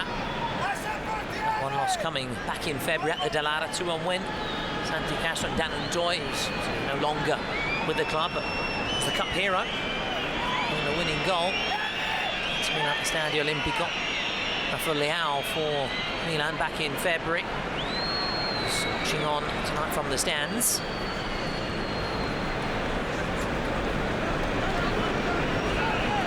Very deep, so we're saying Manuel just to try and win it back and break forward. Got to get the ball back from Bologna and to build on this right-hand side. Sortea, Santi Castro.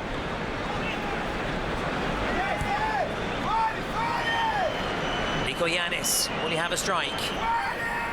Lewis Ferguson, and really compact, really deep here. difficult to break down and have to start again from the back. Yeah, but AC Milan don't have to panic. Yes, they are home, but they don't have to leave Bologna free to receive the ball in the pockets and create danger. Fabian looking to turn Pavlovic. Ferguson again there in support. Mikoyannis.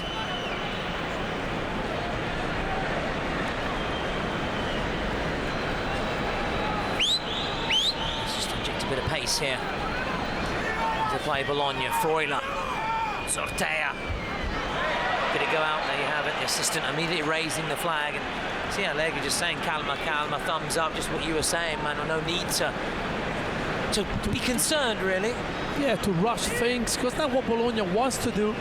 He wants to drag AC Milan players and then maybe hit them in the pockets. I think that ball meant to be for Orsolini. Bologna moving the ball side to side, way to feed the two wingers on their feet. Santi Jimenez, no foul. Next team had that chance earlier in the first half, watered by Skorupski. Start through the middle by Loftus-Cheek as well. Estupinian coming closest. And in the frame of the goal, Bologna had the ball in the back of the net. Cambiaghi was in offside position. It's been a bit of a lull. It's 10 minutes or so. And just Bologna to take the initiative, invite them forwards. As to say, try and break us down, try and find a way through. Skorupski into route one. So we'll just let this run as he glances across as well. Loftus-Cheek. So to attack the Italian also spoke about the progress, shall we say, and the that Jonathan Rowe is settling since moving to the club, saying he's been really committed. He's working hard at learning Italian as well. Will we see him tonight at some point? Most ever expensive ever signing of the Joey Saputo era. So there will be, of course, big expectations. The club invested to bring him to Serie A from Marseille after that bust up with Rabiot. Yeah, you've got the sensation, Thomas, maybe if the games will stay like that, maybe the players on the bench can have an impact, decisive one. Players down. Rabiot punching his head. I think probably Hakem with his elbow caught, yes, the Frenchman there. Right in front of the referee as well. With the fourth official.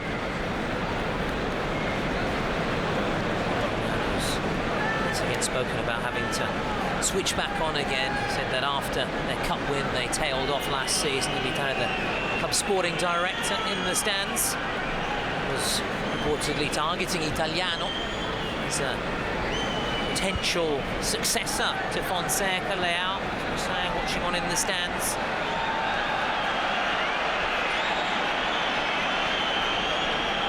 I'd love to have him back as soon as possible. It's reportedly going to be central to this project under Max Allegri.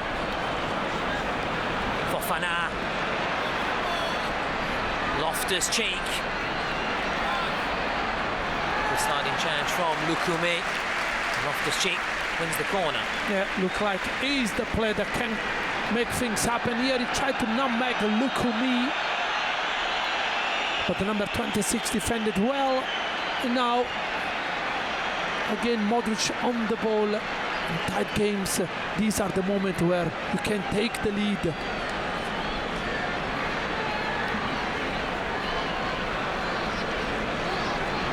Modric. Referee wants to play foul in favour of the visitors as Gambia just trudges back.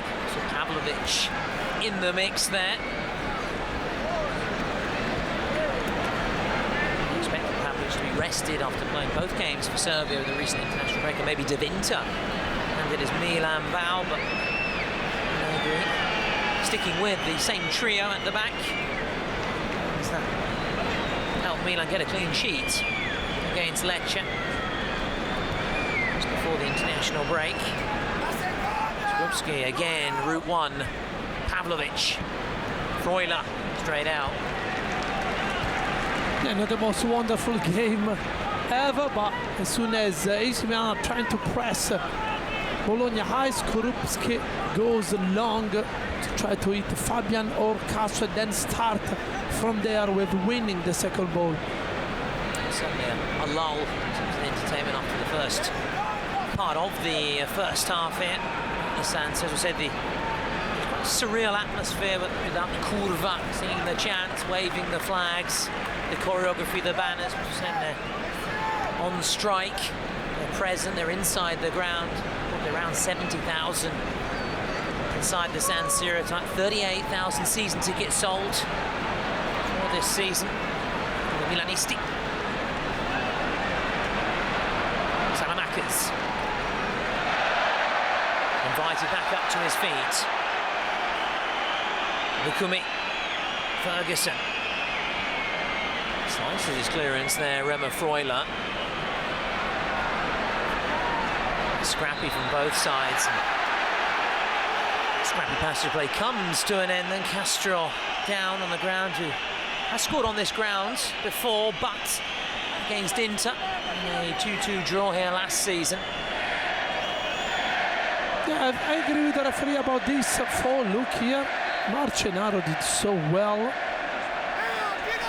And I agree with the referee here as well, with the way he's refereeing so far. Referees had the ref cam yesterday at the Derby d'Italia. And Serie A embracing technology. Fans even closer to the action. What a first game it was with the ref cam. 4-3 stunner in Turin. Orsolini. Freuler may get a second chance. Let's kick on the first attempt. Still with Bologna though. Santi Castro. Liko Yanis shaping up to cross. May still get there and needs Tomori to come across. Salamakers down on the ground as well. I think Freuler should have done better twice. He had the chance to serve one of his teammates in behind.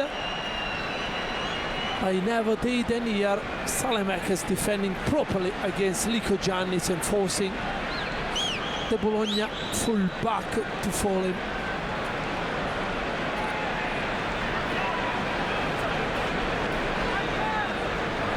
Very impressive record then. Max Allegri comes to taking on Bologna.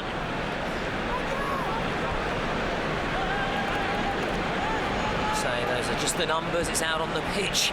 You have to do the business, that's also what he said ahead of this match. Time for talk is over, talk is cheap. Now they need to start picking up wins. They're working well. He's been really impressed with the spirit of everybody at the club on and off the pitch. The work rate, the determination. Now they've got to turn that into tangible results. Not on the pitch. If they want to achieve their objective, Allegri said, it is to qualify for the Champions League. Get Milan back where they first their natural habitat, with 7-time winners of the competition. Record for Italian clubs.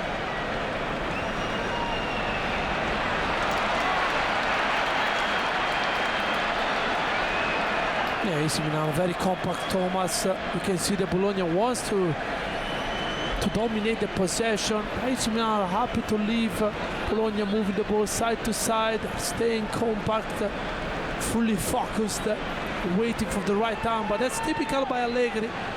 Wait the right moment to hit your opponent.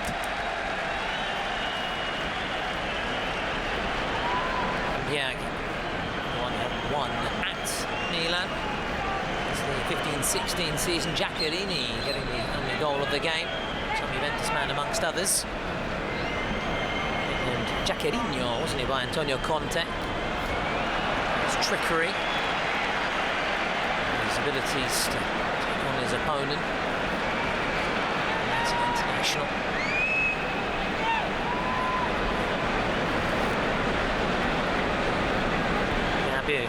It's a dream to play for Milan, his boyhood club, that nurtured his talent. So check out his interview on the official SerieA YouTube channel. He speaks about that goal against Inter as well last season. Good time winner. Lukumi, Fabian, give and go with Ferguson. Again, the referee was well placed. Bior committing the foul. Too easy for Lukumi, but Jimenez is not the kind of player that he loves to receive the ball with the shoulder towards Bologna goal, with the big centre back being aggressive. He's not the kind of player. He needs to be feed in the last third.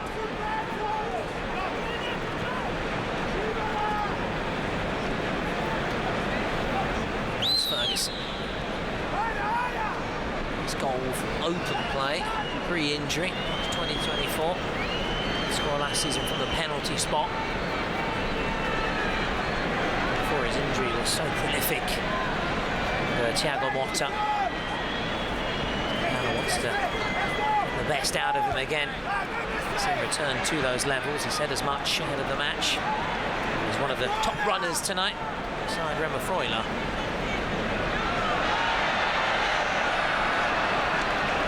Now in Milan. Yeah, a bit scrappy, especially the last 10-15 minutes. Chance then the final minute of normal time of the first half with a throw-in. Can they do the damage with the dead ball here? Stupinian to take. Stupinian. Got another corner. The Rossoneri.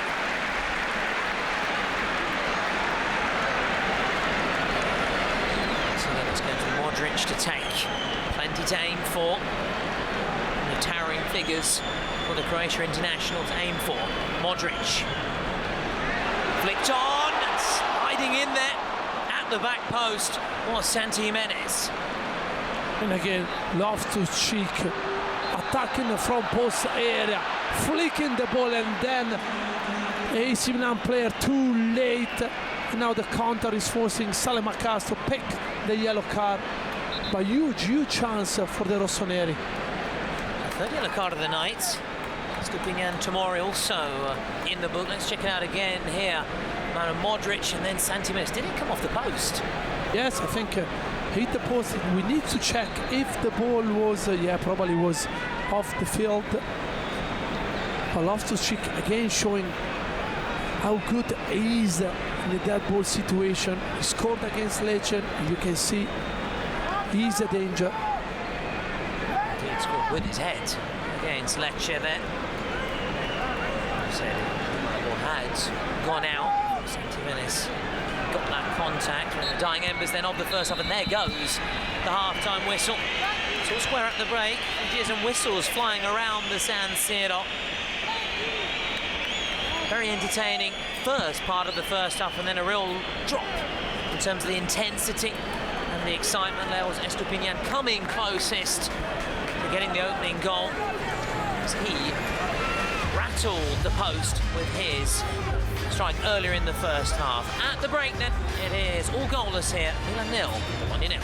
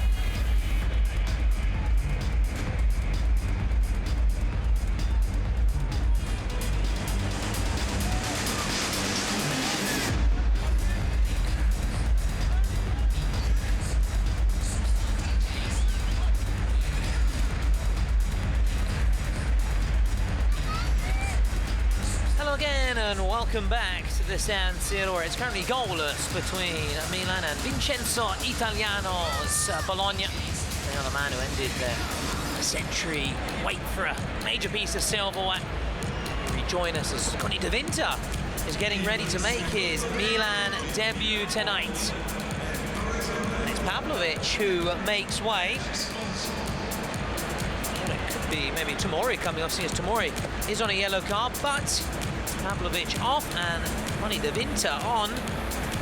And pretty much tasked with replacing Malik Chow over the summer. Conny De Vinter, a Milan debut then. It will be Milan. Brand spanking new third strip to get us underway then. Final checks from the referee.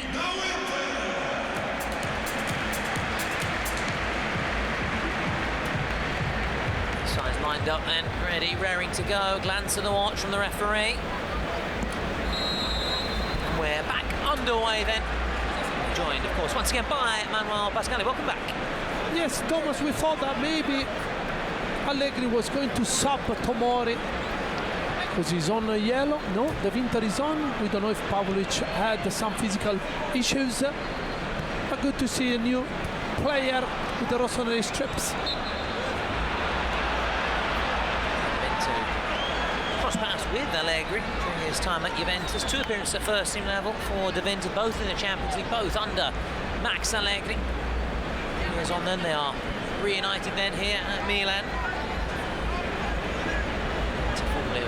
Well, of course, Genoa, it's with Genoa in the last couple of seasons where he started to really make progress. Just under Gilardino, then under Patrick Vieira last term. Now he's got those big boots to fill of Malik Chow at the back. To Newcastle United over the summer. Changes meanwhile from Bologna, Manuel. Yes, or maybe I was thinking that Allegri is scared about the left chain of Bologna with Zortea and Orsolini. Stupinian for Rabiot. Hegem straight out into touch. Confirmation of that change at the break by Milan. De Vinter coming on. No changes. It's as you were then from Vincenzo Italiano. Tomori on in with his fellow countryman Loftus-Cheek. Salamakers. Tomori with the nod down. Ukumi. It's a back upfield. Yeah, we will see if AC Milan will start the second half like they did the first, where they create a couple of good chances with Loftus-Cheek. Sliding in, takes it away from Fofana. Who's down on the deck. Bologna playing on. Santi Castro and Modric getting that touch, putting out. So now this is a serious issue. Fofana can get treatment. Not sure, but this is looking to me like a brilliant tackle. Yes,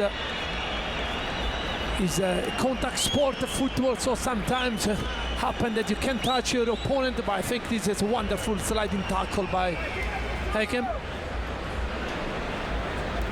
Against Lecce, we started to see the hand of Allegri, very solid Milan side, a clinical Milan side. We saw some flash of that in the first half, playing on the break. That tends to be associated with Allegri's football philosophy, his playing style, doesn't it? Yeah, old school Italian style. Don't concede first, and it will give you a chance to win the game. It will be interesting to see what's going to happen when Pulisic will be fully fit and Leao will be back in the team. Ukumi sliding in, loses out. No, to Loftus-Cheek. Fortunately, Nico Yanis is there. Now Freuler just shielding the ball. Nico Yanis in support. Cambiaghi away, just in the nick of time there, Niccolò Cambiaghi. Hegem, just to carry it forward into the Milan half. Zortea, Fabian. Touch a little bit too heavy from Giovanni Fabian. Yeah, decent touch by Fabian, but Modric is there. By the way, Freuler is one of the best second ball winner in Serie A, always in the right position to pick up the pieces and win it for his team.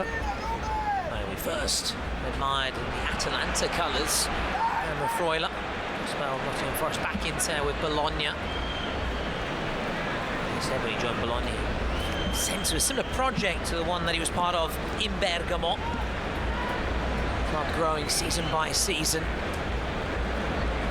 leading in the upper echelons of the SeriA table, competing for Europe.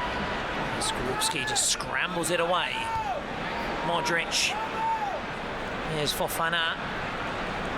Rabiot. Modric. Nice work. It's combination play. Salamanca's, the pass was too heavy from Tomori. Lykoyannis. Chance to break for Bologna. Couldn't make it count with Santi Castro looking to attack that space in behind. Fofana now. Estupinian. It's relatively simple for Skorupski. Yeah, he was out of balance to try to hit the ball in the box from that position.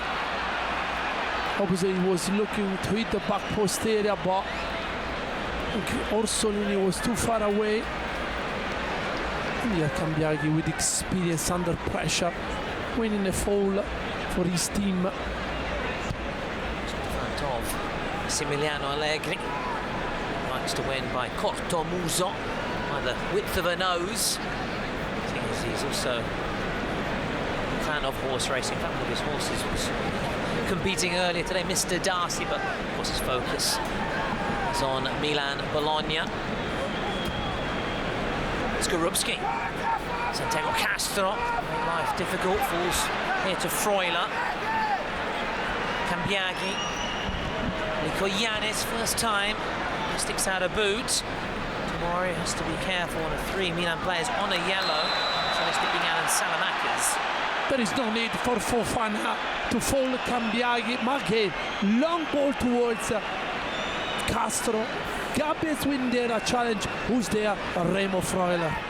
And here, there is no need. Look, Cambiaghi is facing the byline.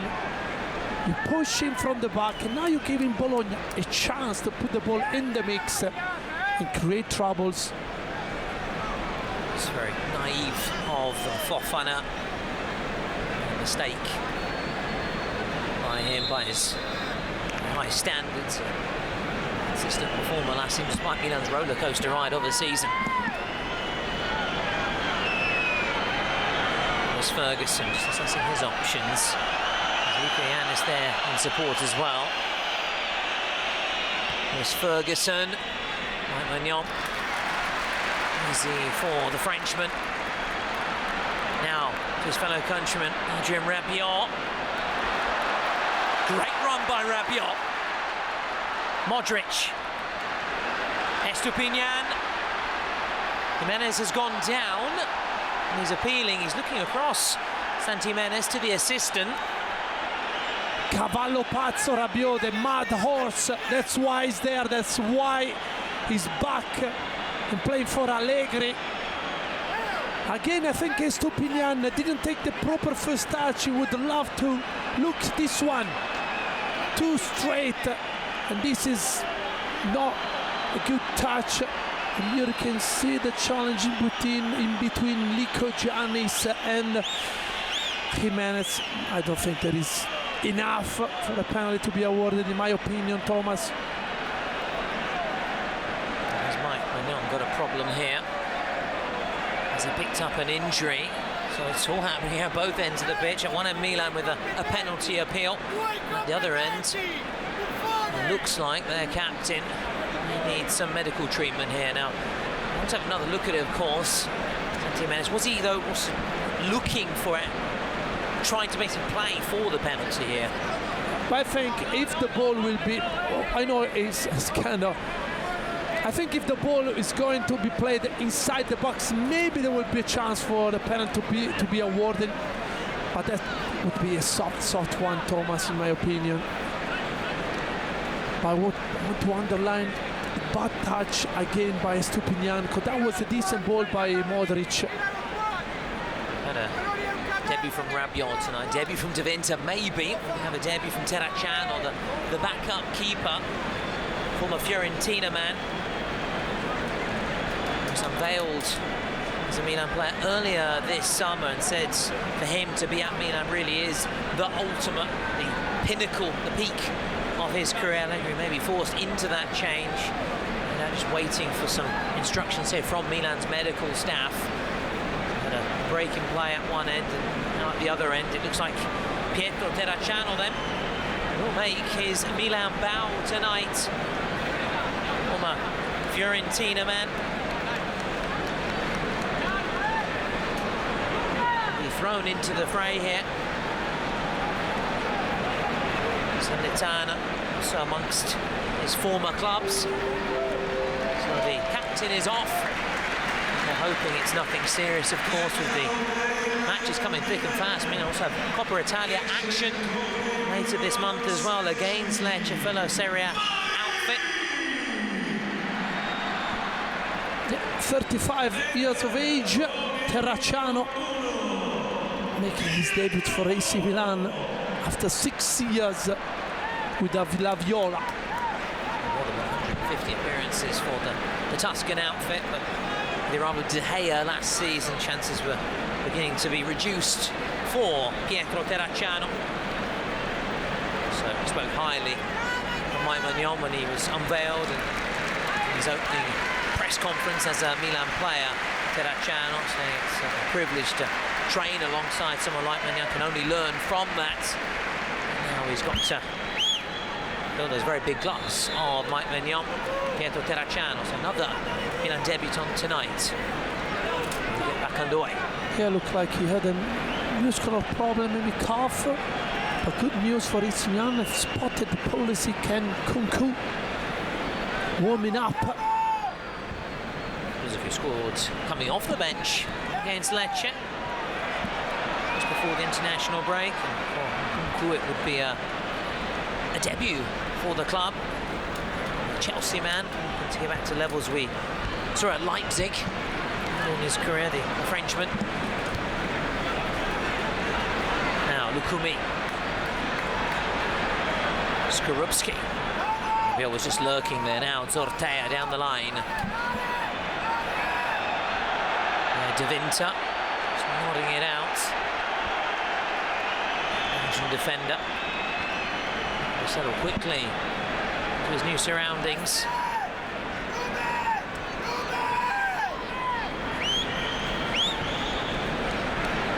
Kumi.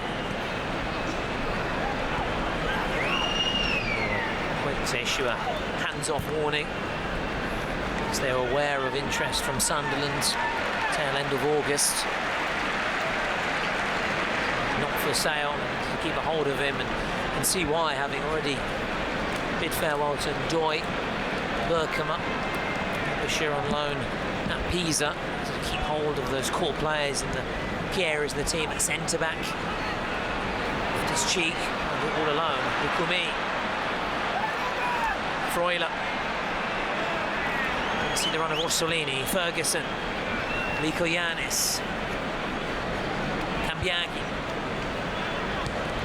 Curled in, Venta with a diving header. Yeah, that was a good ball from Cambiaghi with his right foot, walking well in pair with Lico Yanis. Fabian has to fill the box as well. He's got goals in his locker.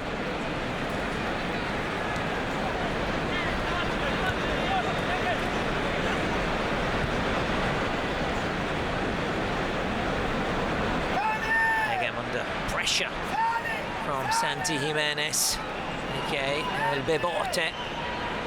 It's for the big kid. Oh, it's given away. Modric. Fofana. Can Milan capitalise? Here is Santi Jimenez. Drags it wide. Yes, it's a good chance, but look if Saelemaekers takes a gamble and attack the back post area. He's gonna score the easiest tap-in in his life. Again, good stolen ball from Modric, always clever. And look, that's what he said, Allegri now. Attack the back post area. Gonna score crazy goals from there. Like Pippo Inzaghi, always in the right spot at the right moment. Very few expected Santi Jimenez to still be a part of the Milan squad after the transfer, when he was strongly linked with the move away. There was also talk of a potential swap deal with Dobbik of Roma. He wanted to stay, dug in his heels. He's got his wish. He's got to show, though, he's worth his spot. This Milan side, as you're saying, Allegri wanted that to be squared across for Salamakers. Surely would have slotted it home. His first goal since returning back to Milan after his own spells with Bologna and Milan the previous 2 campaigns. Freuler, the real pressure there from Fofana. Gives away another cheap foul.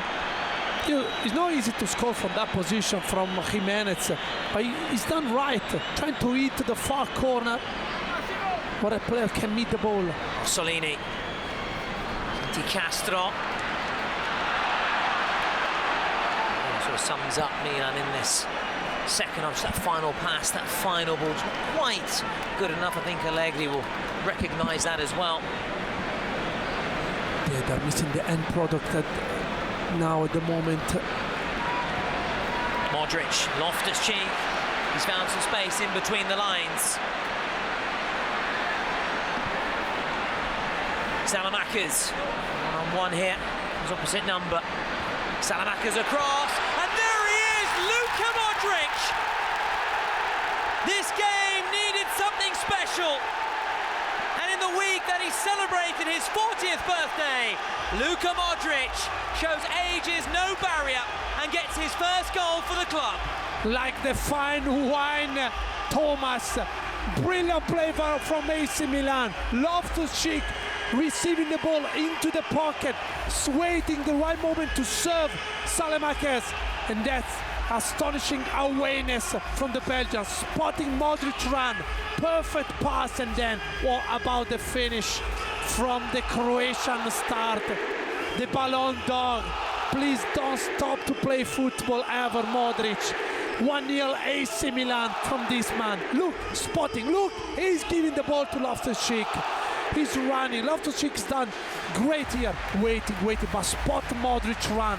Waited the right moment, then here Salamakers is spotting the number 14 run. Serve him on the plate, and then it's where you need technique. And you can question everything, but not the technique of the number 14. Modric starting the move and capping it off with a brilliant finish into that bottom corner. He said he wanted a trophy, leading by example out on the pitch. And you never lose that class, do you, Manuel? No, you know, the good thing is look like the ball is looking for him, because he's finding Loftus-Cheek in the pocket. Then Loftus-Cheek gaining some time to give the chance for his teammates to join the transition. Then Salamakers is another wonderful player, because it's not easy to spot Modric, but it's so hard to play that square ball with the right pace, with the right technique, and then Modric just focus on meet the ball properly. Bologna responded with a double change. Juan Miranda on Federico Yanis and Federico Bernardeschi. Bologna's number 10 coming on for Fabian, who's back in Serie A after 3 years away in the MLS. Federico Bernardeschi. The coach saying he still needs to get accustomed again to Serie A Italian football. It's just his second appearance for the club, and again coming off the bench, Federico Bernardeschi, who won 2 league titles under Max Allegri at Juventus, and he hurts his former coach tonight. Yeah, Miranda is back in the team. He was starting so many games last season, plus Bernardeschi. So more offensive, no Odegaard again. But now Italiano will play up front with Orsolini, Bernardeschi, Castro and Cambiaghi. Zortea trying it all alone on that far side. Can Bologna hit back? Spoke about the Cortomusa 1-0 is Max Allegri's favourite scoreline, a clean sheet and a narrow win. Still a long way to go. Bologna have players who can cause problems and get the equals, but Milan have players who can get a second goal. Modric. Oh, rare mistake from him. That first touch a little bit too heavy. Sees the funny side of it, of course, Luka Modric, as Ricci all set to come on, a summer signing, Samuele Ricci, one of those tasked with replacing Reinders over the and Pulisic also set to come on. Yeah, but even there, you know, Thomas, he's not losing the ball in the dangerous area. He's rather to put the ball off the field rather than lose there and give the Bologna the chance to counter. And now Ricci for Loftus-Cheek, Ricci for Fofana, and Pulisic for Loftus-Cheek. And now AC Milan will look to a right moment to hit in transition Bologna and maybe kill the game. Such a big impact, didn't he? Pulisic coming off the bench at Villa del Mare in match day 2, just before the break, last time out, getting that second goal, getting Milan over the finishing line. Didn't start after his commitments with the US national side over the recent international break. Of course, a lengthy trip for him across the ocean. A little bit jet lagged. 25 minutes to dust off those cobwebs and try and find the back of the net. And for Ricci, another opportunity for him, the former Torino captain. Thomas, I know we judge a striker, Jimenez, for the goals, but look the dirty job he's doing. Every time running to help his team to defend properly. Look, every time putting the centre backs under pressure. Much work being done off the ball. As you're saying, man, of that so-called dirty lavoro sporco, isn't it, as it's known in the Italian football jargon. That, of course, will impress Allegri, although I'm a little bit disappointed he couldn't spot Salamakers, but then Salamakers moments later carrying it forward, spotting that run of Modric, and Modric, that bit of genius, a bit of magic, that quality that this game was just crying out for. Stepped up, Luka Modric, the serial winner across his career, getting that first goal for Milan. Get underway. Tomori, Lukumi took his eye off the ball. Salamakers, Santimenez, Hegem recovers well. Well done, Hegem did great here because Jimenez was trying to nutmeg the Bologna defender and strike it with his left foot.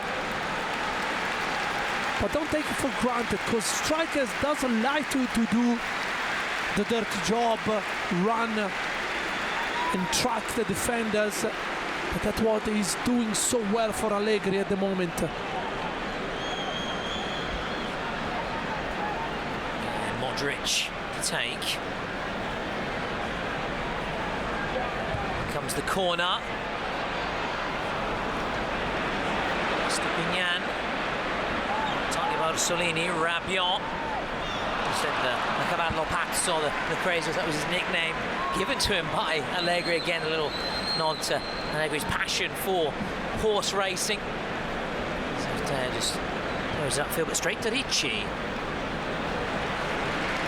Yeah, good to see Ricci on the park as well. AC Milan paid a lot for the former Torino and Empoli star. Jimenez. There's Pulisic. Now Samuele Ricci! Really unlucky.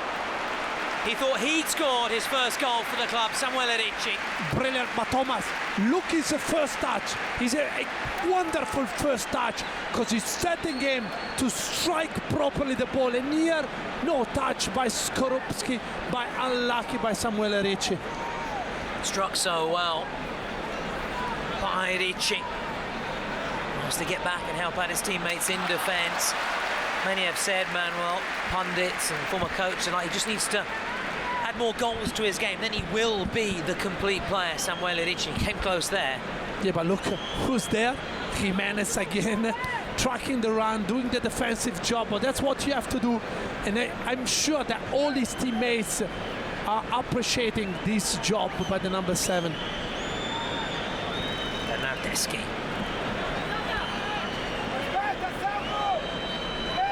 Lukumi. Actually, no number 9 in the Milan squad this season. A bit of a cursed number after Pippo Inzaghi. Giroud certainly did that number proud. We think of the players that have come since and struggled to live up to the expectations of that number in Milan colours since Pippo Inzaghi, Super Pippo's retirement. It's Ferguson. Orsolini, can he get involved in the game? Orsolini off Rabiot. Now Zortea.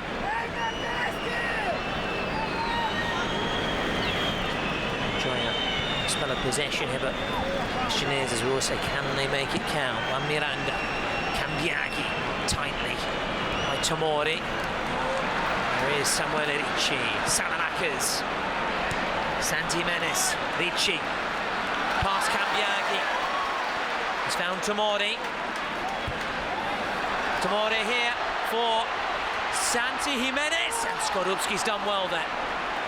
Yeah, but look, they made Jimenez's first touch towards Ricci. That was brilliant. Yes, you will judge him about this finish, but that was brilliant. Look, this ball. I'm not sure if he's an offside position, but that's brilliant by AC Milan. A bit of unluck for Jimenez as well, but he's doing a great game.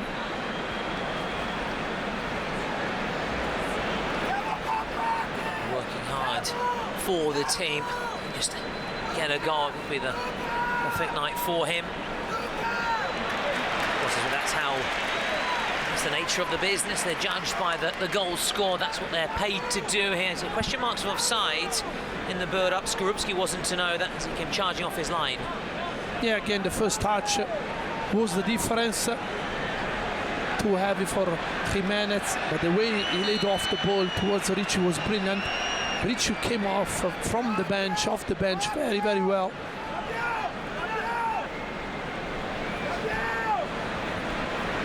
Freuler. Stupinian, given away. Luckily Ricci is there, then Ricci gives it away. Now, Santi Castro, possession changing hands quickly. Bernardeschi. Lewis Ferguson, Juan Miranda.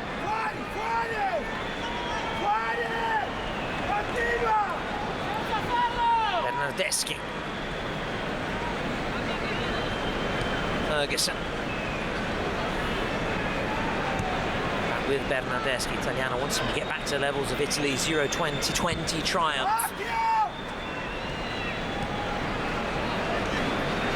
Ferguson, Cambiaghi. The little glance across his shoulder. Zortea is there. Rabiot standing his ground physically. Such a big presence out on the pitch. The fans appreciate that. Look again. His fitness level is looking ready for SeriA. Frozen out of the Marseille squad after that dressing room bust-up with Jonathan Rowe, but featured with France since then. And of course, he'd done the full pre-season with Marseille, so he's not been out of the game as such. Jerome Rabiot, of course, determined to make up for lost time. Freuler. Orsolini now. Cambiaghi. And Salamakers clearly clipped there. It's going to be yellow for Juan Miranda. Yeah, Salamakers is the man for all season. You can put him everywhere. You can play him everywhere, in every single position on the park. He'll give his 100%. Such a reliable player. He's done great for Bologna, Roma, for AC Milan here. Tomori tackled, nothing wrong with that. Such an important player, Salamakers. Well, we mentioned him, didn't we, a few moments ago? Jonathan Rowe makes his Bologna debut tonight, and we'll see whether he'll come across Adrian Rabiot or not. And Odegaard also is thrown into the fray then by Vincenzo Italiano. And Rowe, expectations said they've spent big. Of course, the camera's panning to Rabiot. their time together with the French outfit.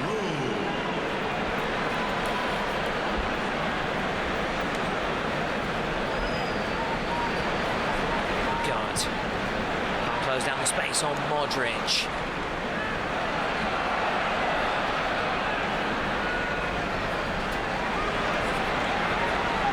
So Thomas, looks like Italian is not going with the two strikers. Daling is still looking for his best fitness level, but now Bernardeschi is played out wide right, Rowe on the left, and Odegaard behind Castro.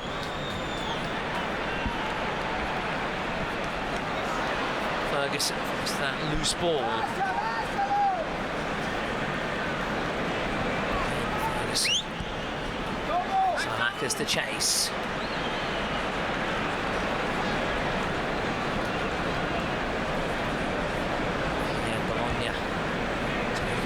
Genoa in Serie A, next to the Serie A fixtures. Milan hit the road.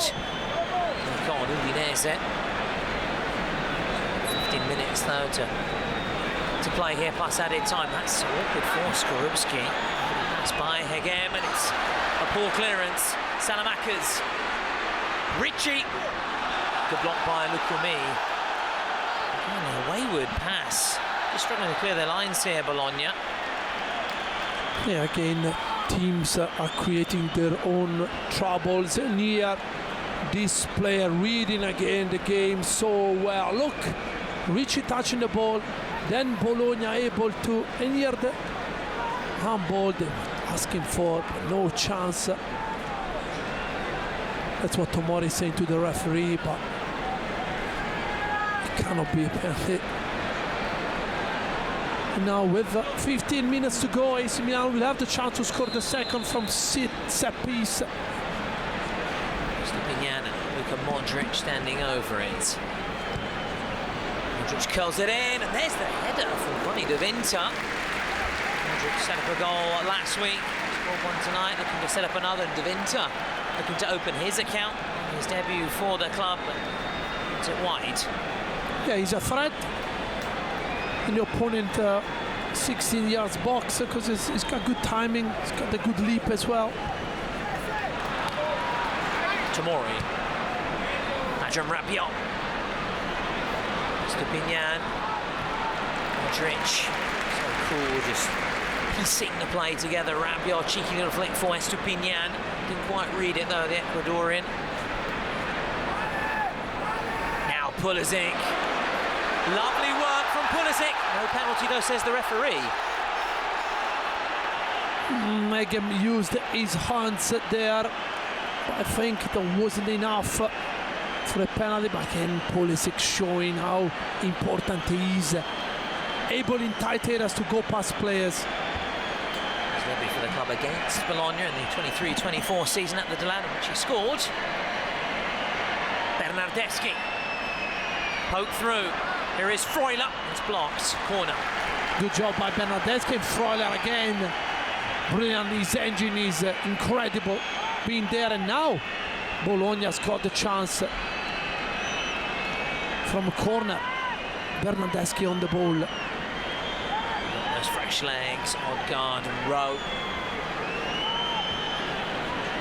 Looking to have an impact coming off the bench. And they work Terracciano. Bernardeschi's ball, Rabiot's there. Just trying to chase it. Hasn't quite got the legs. But again, gets a round of applause for his efforts once again. Yeah, don't forget his plays. Just turned 40, 9th of September. The week she also played for Croatia as well. He approaches 200 caps, incredible achievement. Miranda. Here is Jonathan Rowe, first glimpse of him in a Bologna jersey. Jonathan Rowe takes a deflection, and Terracciano have to be alert. Yeah, he's looking lively, we know him. He's very good in one against one situation. He's not scared to take his player on, his opponent on here. Cheeky nutmeg, but lost it, you know, there. Slept a bit on the park.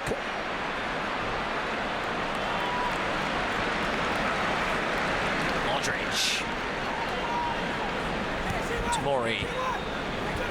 Salamakers. Rabiot can afford to do this, just keep it away from Bologna, just keep it tight. To force the issue. De Winter, quite sure what he had in mind there. Yeah, keep it easy. Trying to feed Modric, the technical player, Ricci, Rabiot on the ball.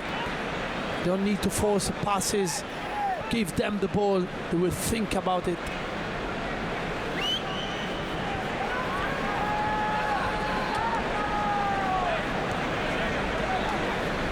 Miranda. Rowe.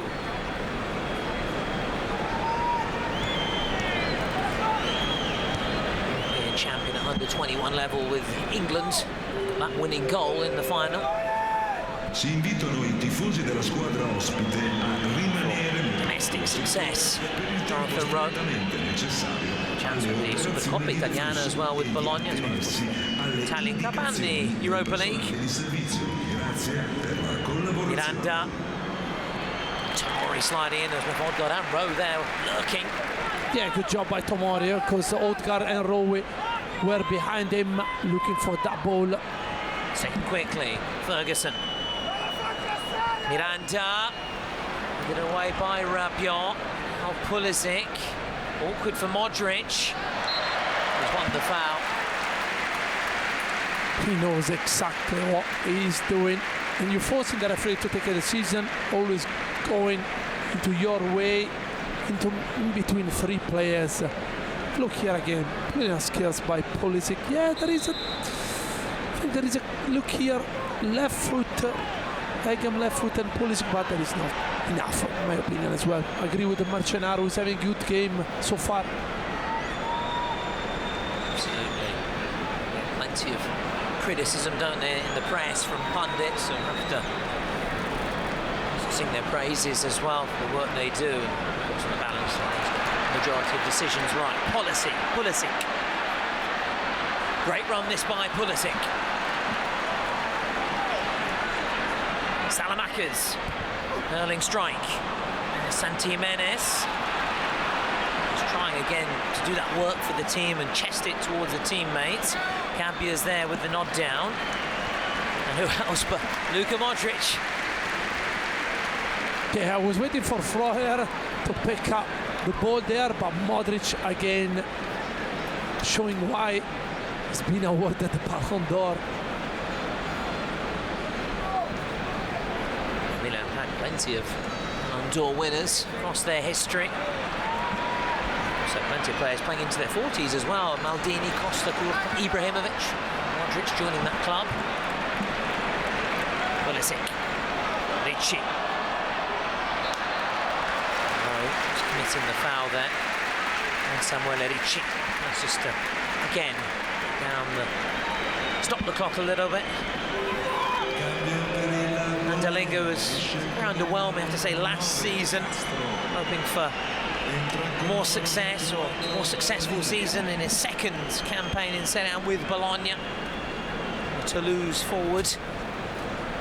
Yeah, he needs to impress, because I think he's a very good player, good technique as well.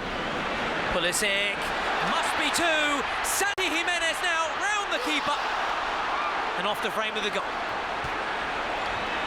Yeah, you can see he's feeling the pressure, because from there you bet everything for him to score, but no, he panics a bit, but you can see that was a chance, that was a fantastic ball by Pulisic from right. Once again, Milan denied by the woodwork. Was it the creator then, the creative spark for the Rossoneri, but Santi Jimenez taking that finishing touch. Juan Miranda, Jonathan Rowe, Ricci again there. Good impact coming off the bench. Please his coach. And Allegri hope that he doesn't have to regret that chance to kill the game with 7 minutes to go. Time left on the clock for Bologna. They've just got to keep believing. Actually, that one chance in Sortea from distance, it was always rising. I don't know what Estupiñán is doing there, because it's clear that he was not going to take the ball properly. Here, look the move. The move is wonderful, because Miranda is playing him on. But you need to score. I think his first thought was going past Skorupski, but Skorupski did well to force him to go wide, but it's good to feel and hear this round of applause for Jimenez. That's what you need in this particular moment. Love from your own fan. Just missing the goal tonight to make it to cap off his all-round performance. You can see Allegri there, first to come across and praise him on his performance, and it's another Milan debut.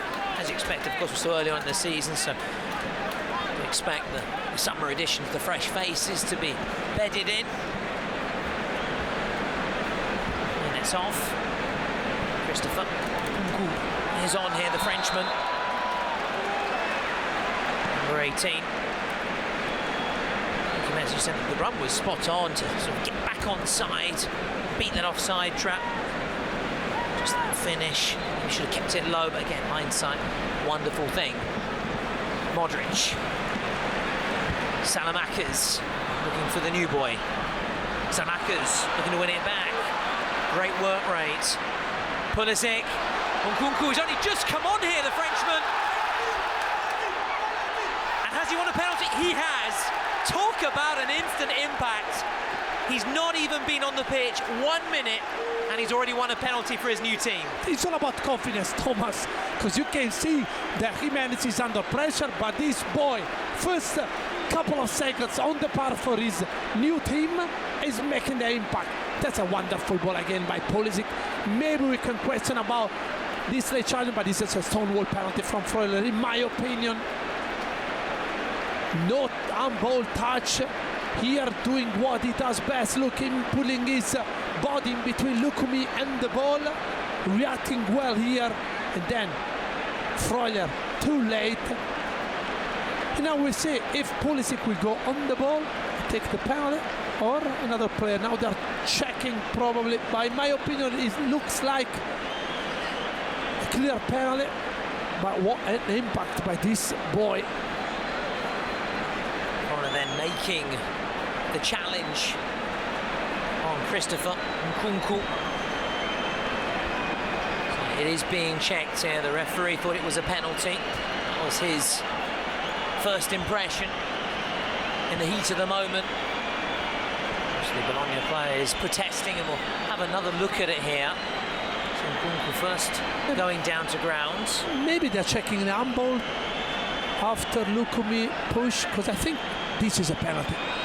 Clearly contact between Freuler and Nkunku. Clearly makes contact, Freuler. For me, they are checking if there is an handball touch there after Lukumi push.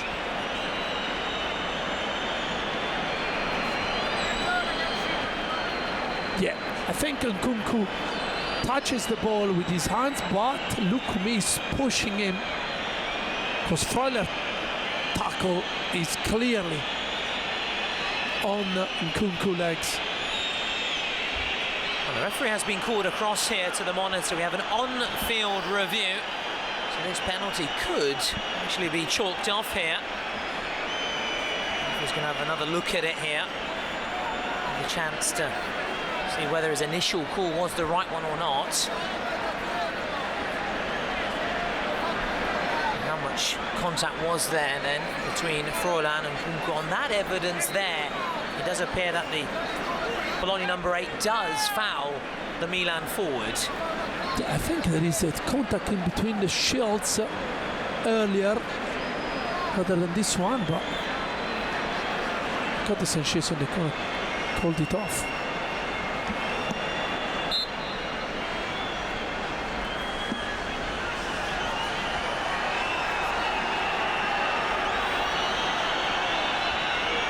From the referee. A seguito di revisione, il numero 8 del Bologna non commette alcun fallo.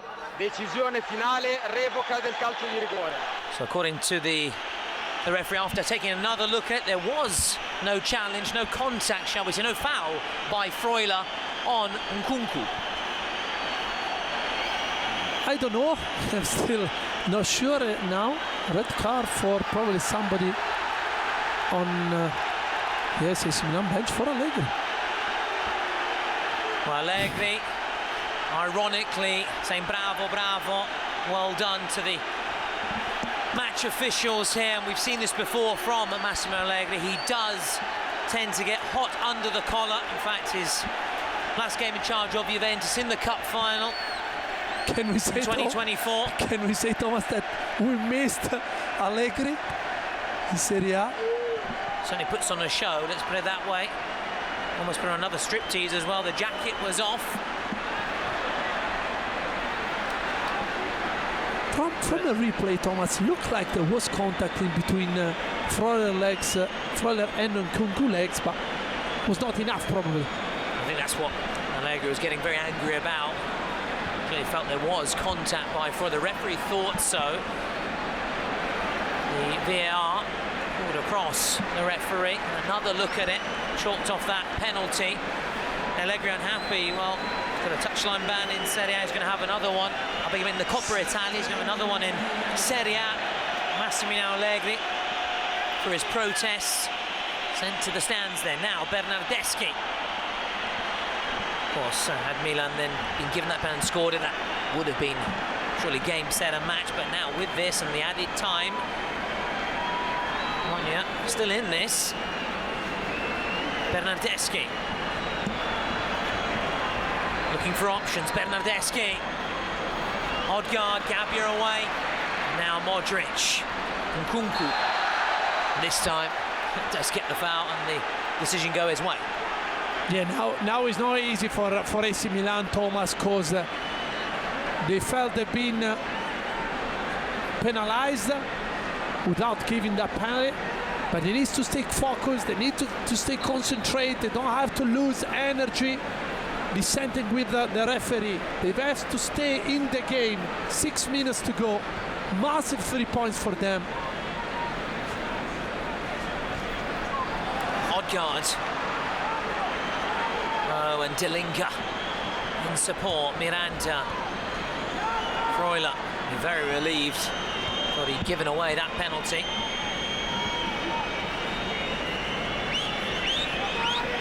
Contact, worthy of a penalty. Bernardeschi, according to the match officials. Comes here to Juan Miranda. It's a good delivery here. He's found Jonathan Rowe. It's a good sliding challenge, well timed by Tomori and his fellow countryman. Yeah, he was having a good game, Tomori, so far. Miranda's ball. And Delinga in there. Quick things can change. Now momentum with Bologna. I mean, sort of let off the hook, or rescued, shall we say, by the VAR.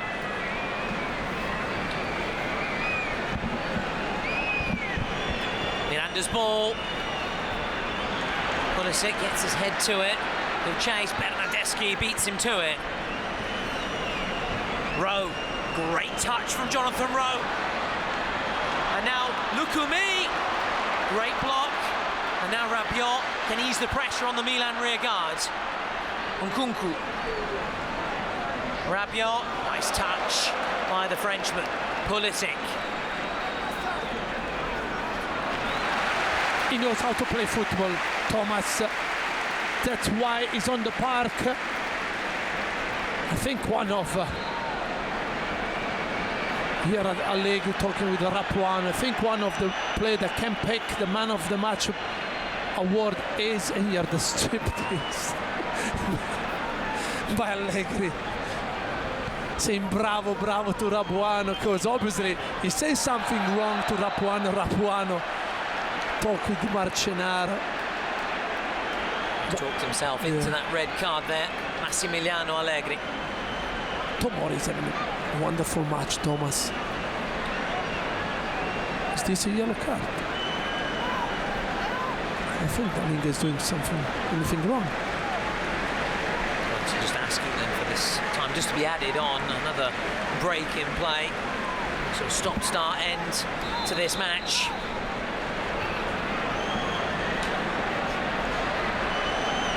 Milan fans heading for the exit door, but since through the years, really ain't over until it's over. De Winter Rabiot. Ricci.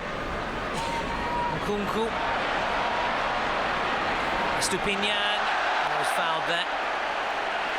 And a bit of frustration from Ferguson just creeping in these closing stages, just minutes to go. Milan bring home this win, make it back-to-back wins, pick up their first home win in Serie A this season. Yeah, but that's how you have to play the last minutes of the game if you want to gain the 3 points. Winning some free kicks, wasting some time. Played short. Ricci. Stupinian. Now got Landucci stepping up. His long-term assistant. Very loyal to Allegri across his career, working with him. Ventus as well. Landucci. Stupinian. Nkunku looking for Pulisic. Skorupski, not the best of clearances. Rabiot. Ricci, Salamakers. Pulisic, was he fouled? And the assistant's flag does go up. Experience by Pulisic. He knows exactly what Lukumi is going to do. Stopped his run, waiting for the push, goes down. And even here, Pulisic appreciates that.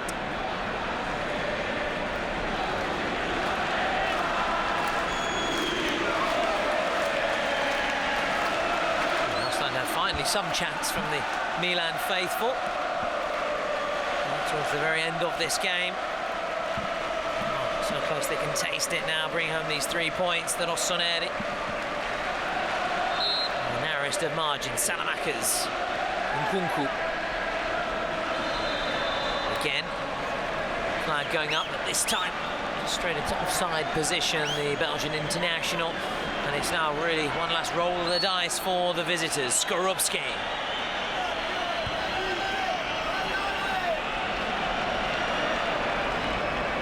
Dalinga. Stupinian, nicely done. Connie De Vinter. Has to be careful here. Wants help, Connie De Vinter.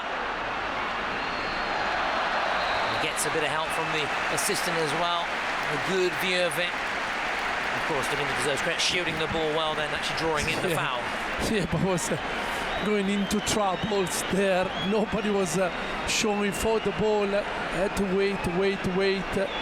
Even Terracciano, I think, was not giving De Vinter an option.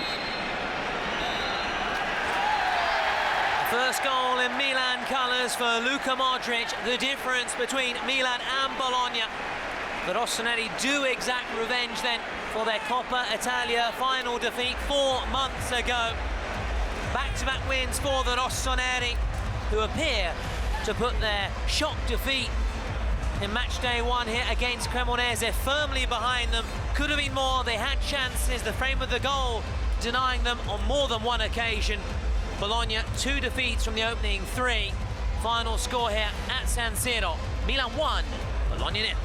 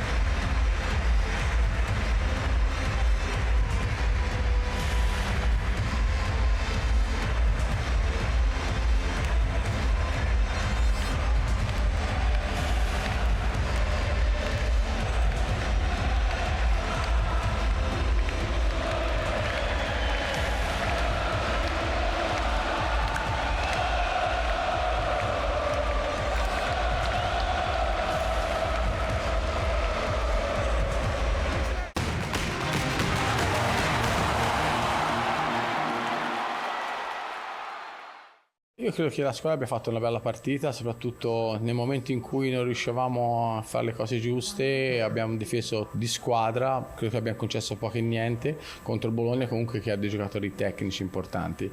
Abbiamo avuto un po' di occasioni, potevamo sfruttarle meglio, però diciamo che stiamo crescendo piano piano e soprattutto c'è un buono spirito da parte di tutti, questa è la cosa più importante. La squadra diciamo che quando si compatta in questo momento qui sta migliorando la fase difensiva, c'è più attenzione da parte di tutti, poi dopo abbiamo delle qualità importanti davanti, anche oggi abbiamo avuto diverse occasioni. Forse dovevo essere un pochino più lucido io alla fine dopo il rigore che non c'è stato dato, concesso, però la squadra si è comportata molto bene, soprattutto Saelemaekers si deve fare i complimenti perché ha giocato da ammonito e soprattutto non ha mai perso lucidità sia in non possesso che in possesso. Io credo che Alex è un giocatore che possa diventare veramente molto più forte di quello che è, perché deve trovare un equilibrio senza ogni tanto innervosirsi troppo durante la partita. Tomori ha fatto una partita importante, ma tutti. Io credo che piano piano dobbiamo lavorare, dobbiamo migliorare, la stagione è lunga, siamo solamente all'inizio. Però oggi il fatto di non aver preso gol per la seconda partita di seguito, questo è molto importante. E credo che Ruben oggi abbia fatto una bella partita, sta migliorando. L'anno scorso viene da un po' di infortuni, quindi quest'anno sta crescendo di condizione, anche l'azione del gol è partito lui quando parte a campo aperto diventa devastante, ha gestito bene la palla, poi Saelemaekers ha fatto un passaggio importante. Sono molto contento, sono molto felice per Luca che anche stasera ha dimostrato il campione che è.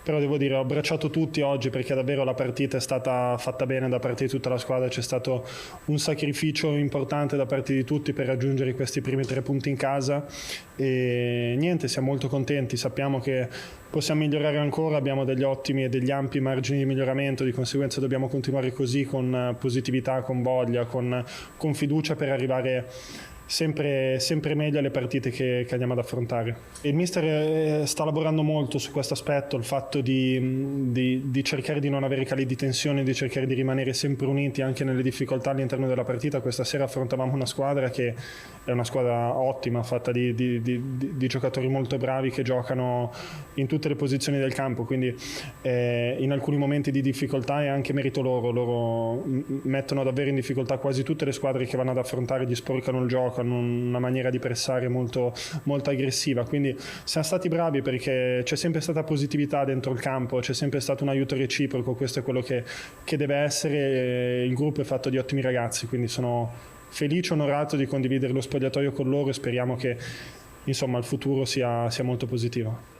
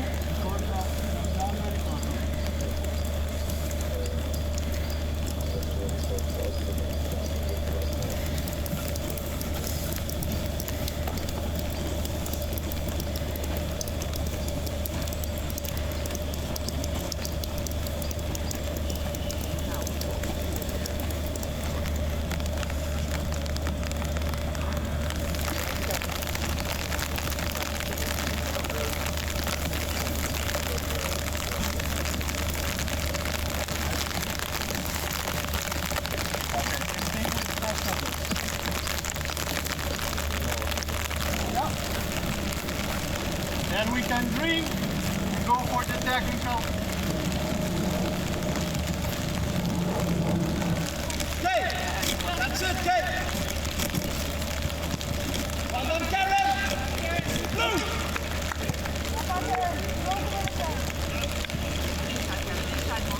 It's about the final pass! That's it! Yeah, inside! Yes! Well done! Good ball, Georgia to Evelyn! Play, Aaron! Play!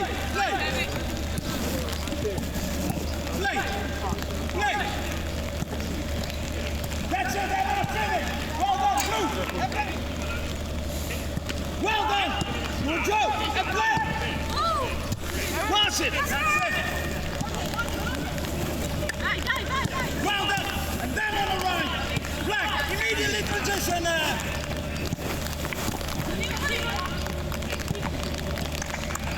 Blue!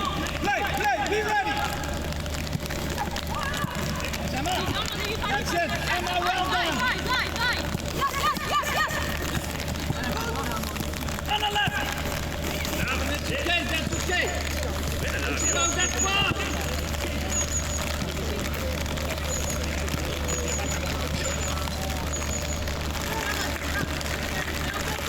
Very good, Joe! Joe!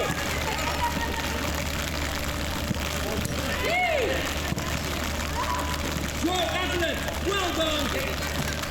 Sì.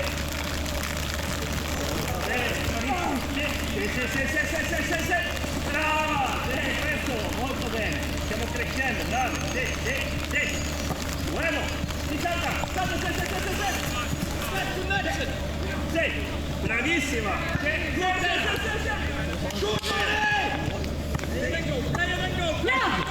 Oh!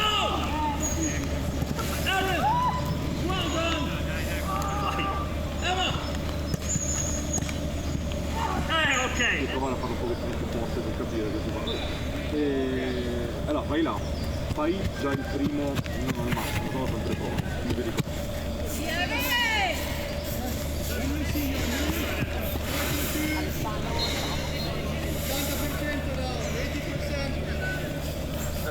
The second Matteo had the time. I have the velocity. 29.4. Vieni.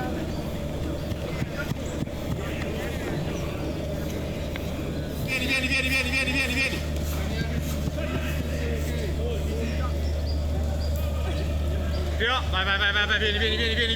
vai, vieni. Ok, good.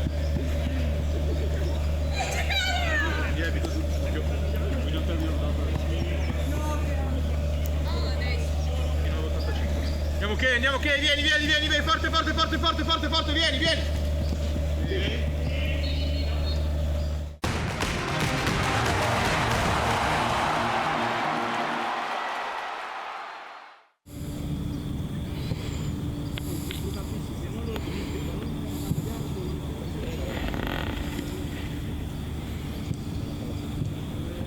Dai,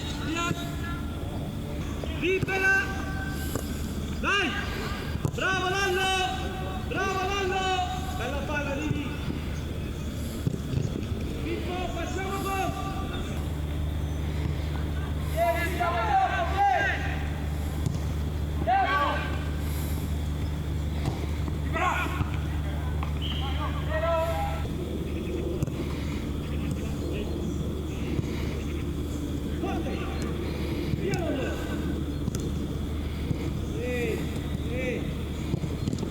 Posizioni ancora nero.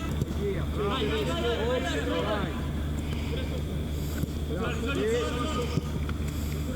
Bravo, te la dai. Prende qua, oh, e via, bravo. Cambia.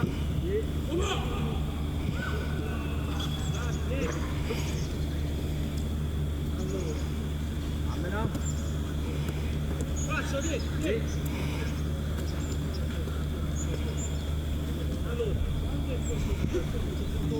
Vai, Dini!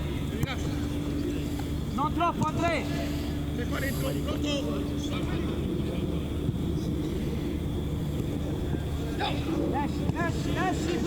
Esci prima! A un certo punto arriviamo su di te, ok? Lama, largo, quando prendi palla, vieni incontro Lollo, ok? Poi attacca i bracetti. Se riesci morbido da quella posizione di quest'area qui, a me chiederà da sotterra o altro nello spazio. Chiaro, ok? Tipo entra dentro, i due mediani, uno approccia, uno sta dentro, ragazzi. C'è tre, anche corto. Ciao, dai Luca. Vai.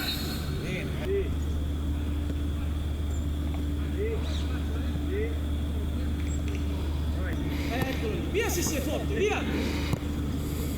Se sei forte. Bravo, dai Luca! Dai Luca!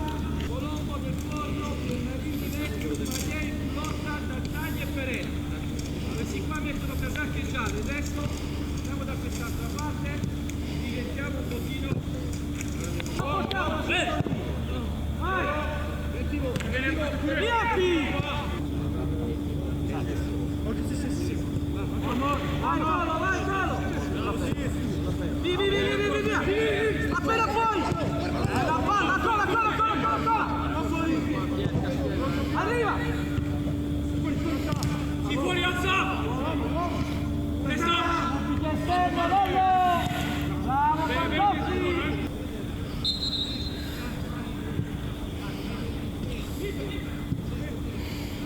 Vai!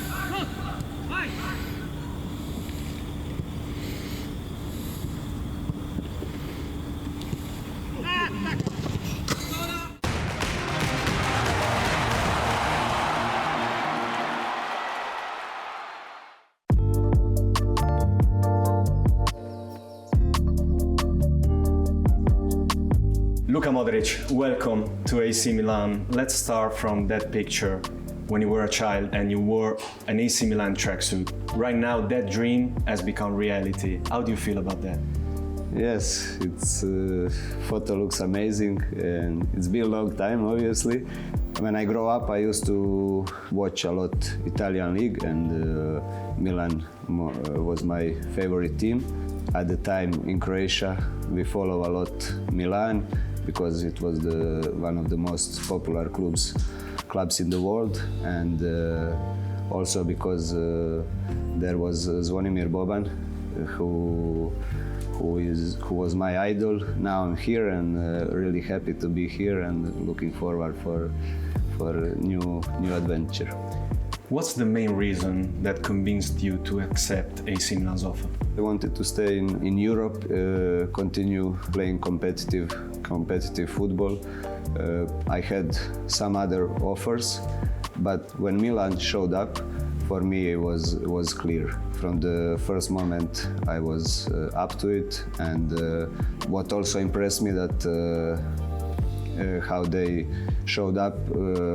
Director Iglitare came to Croatia to present me the project, everything about Milan, and that was very important for me to show me how much they want me, and because Milan is one of the biggest clubs in Europe. Milan cannot be satisfied with average, needs to have biggest goals possible to win titles, to compete with the best teams in the world, and that's why I'm here. You're entering the Rossoneri locker room. What do you want to bring to your teammates and to the team in terms of leadership, aiming to the top? First of all, I'm coming with a lot of respect to everyone, to the players, to the coaches, to the club in general. What I want to bring there is to win, to help my teammates in every aspect, to work hard, to earn my place in the team. Nothing can come easy in your life. You have to work hard, you have to fight. After 17 seasons between Premier League and La Liga, you're going to experience the Serie A.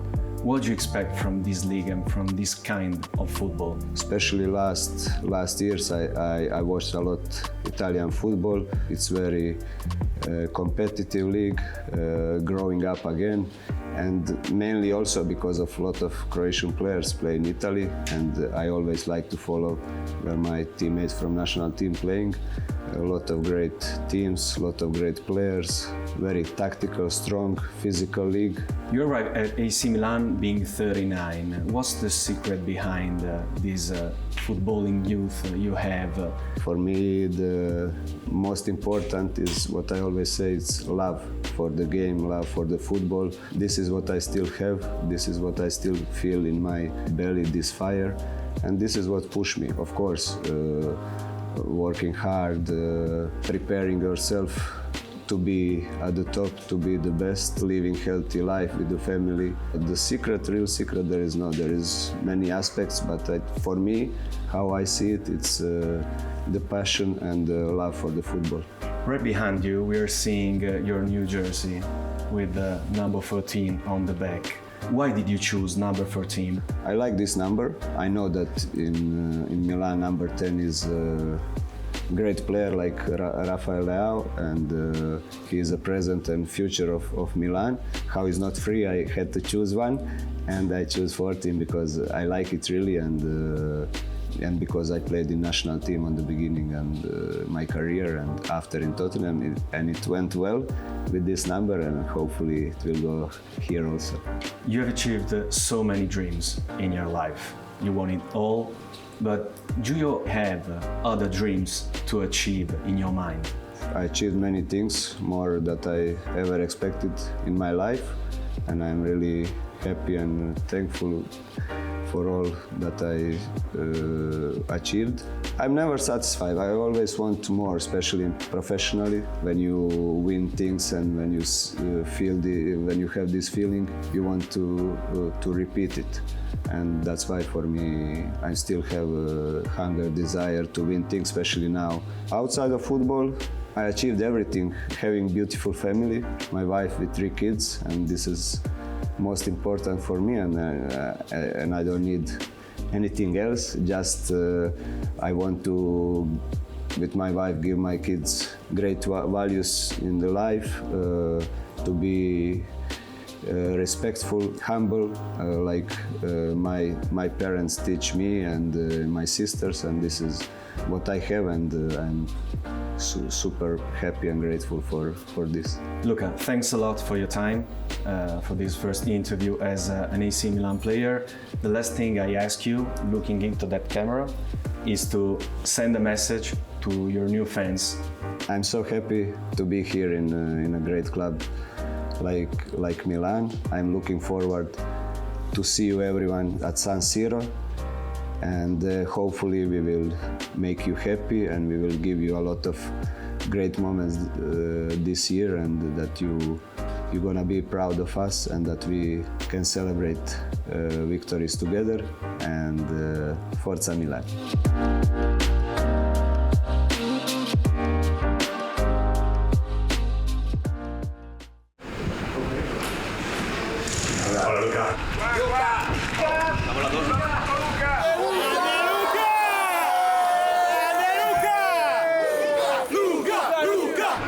Ciao everybody, I just landed in Milan. Very happy to be here to start a new chapter in my career. A big hug to everyone.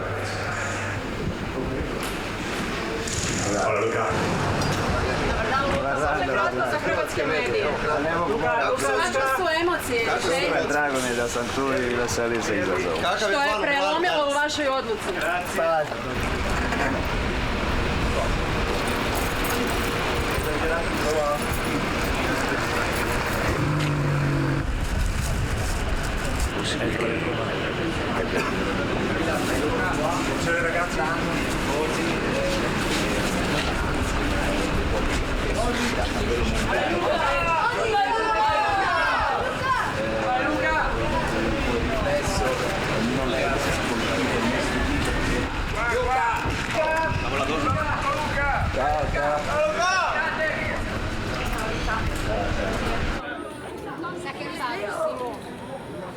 Credo sia il momento esatto dell'arrivo del primo arrivo di Luka Modric qui all'interno di 4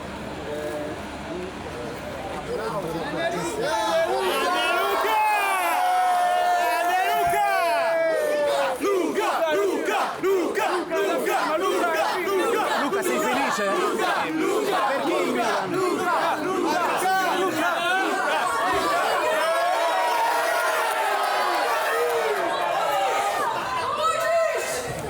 to AC Milan, Luca! Albi, facciamo dopo?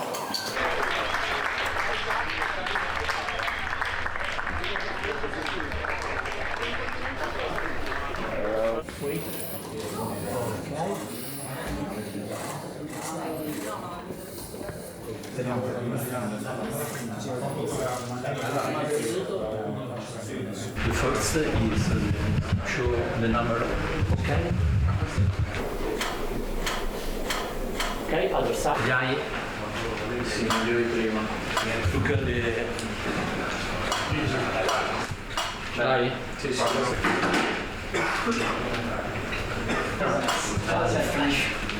Sì, non lo adesso Va bene, allora Bellissimo. bene. Ce l'abbiamo per Come vuoi stoppare?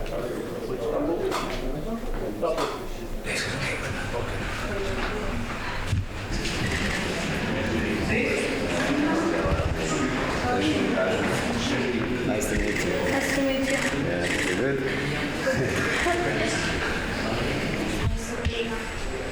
Hi guys, I have a special surprise for you. Are you ready? Yeah?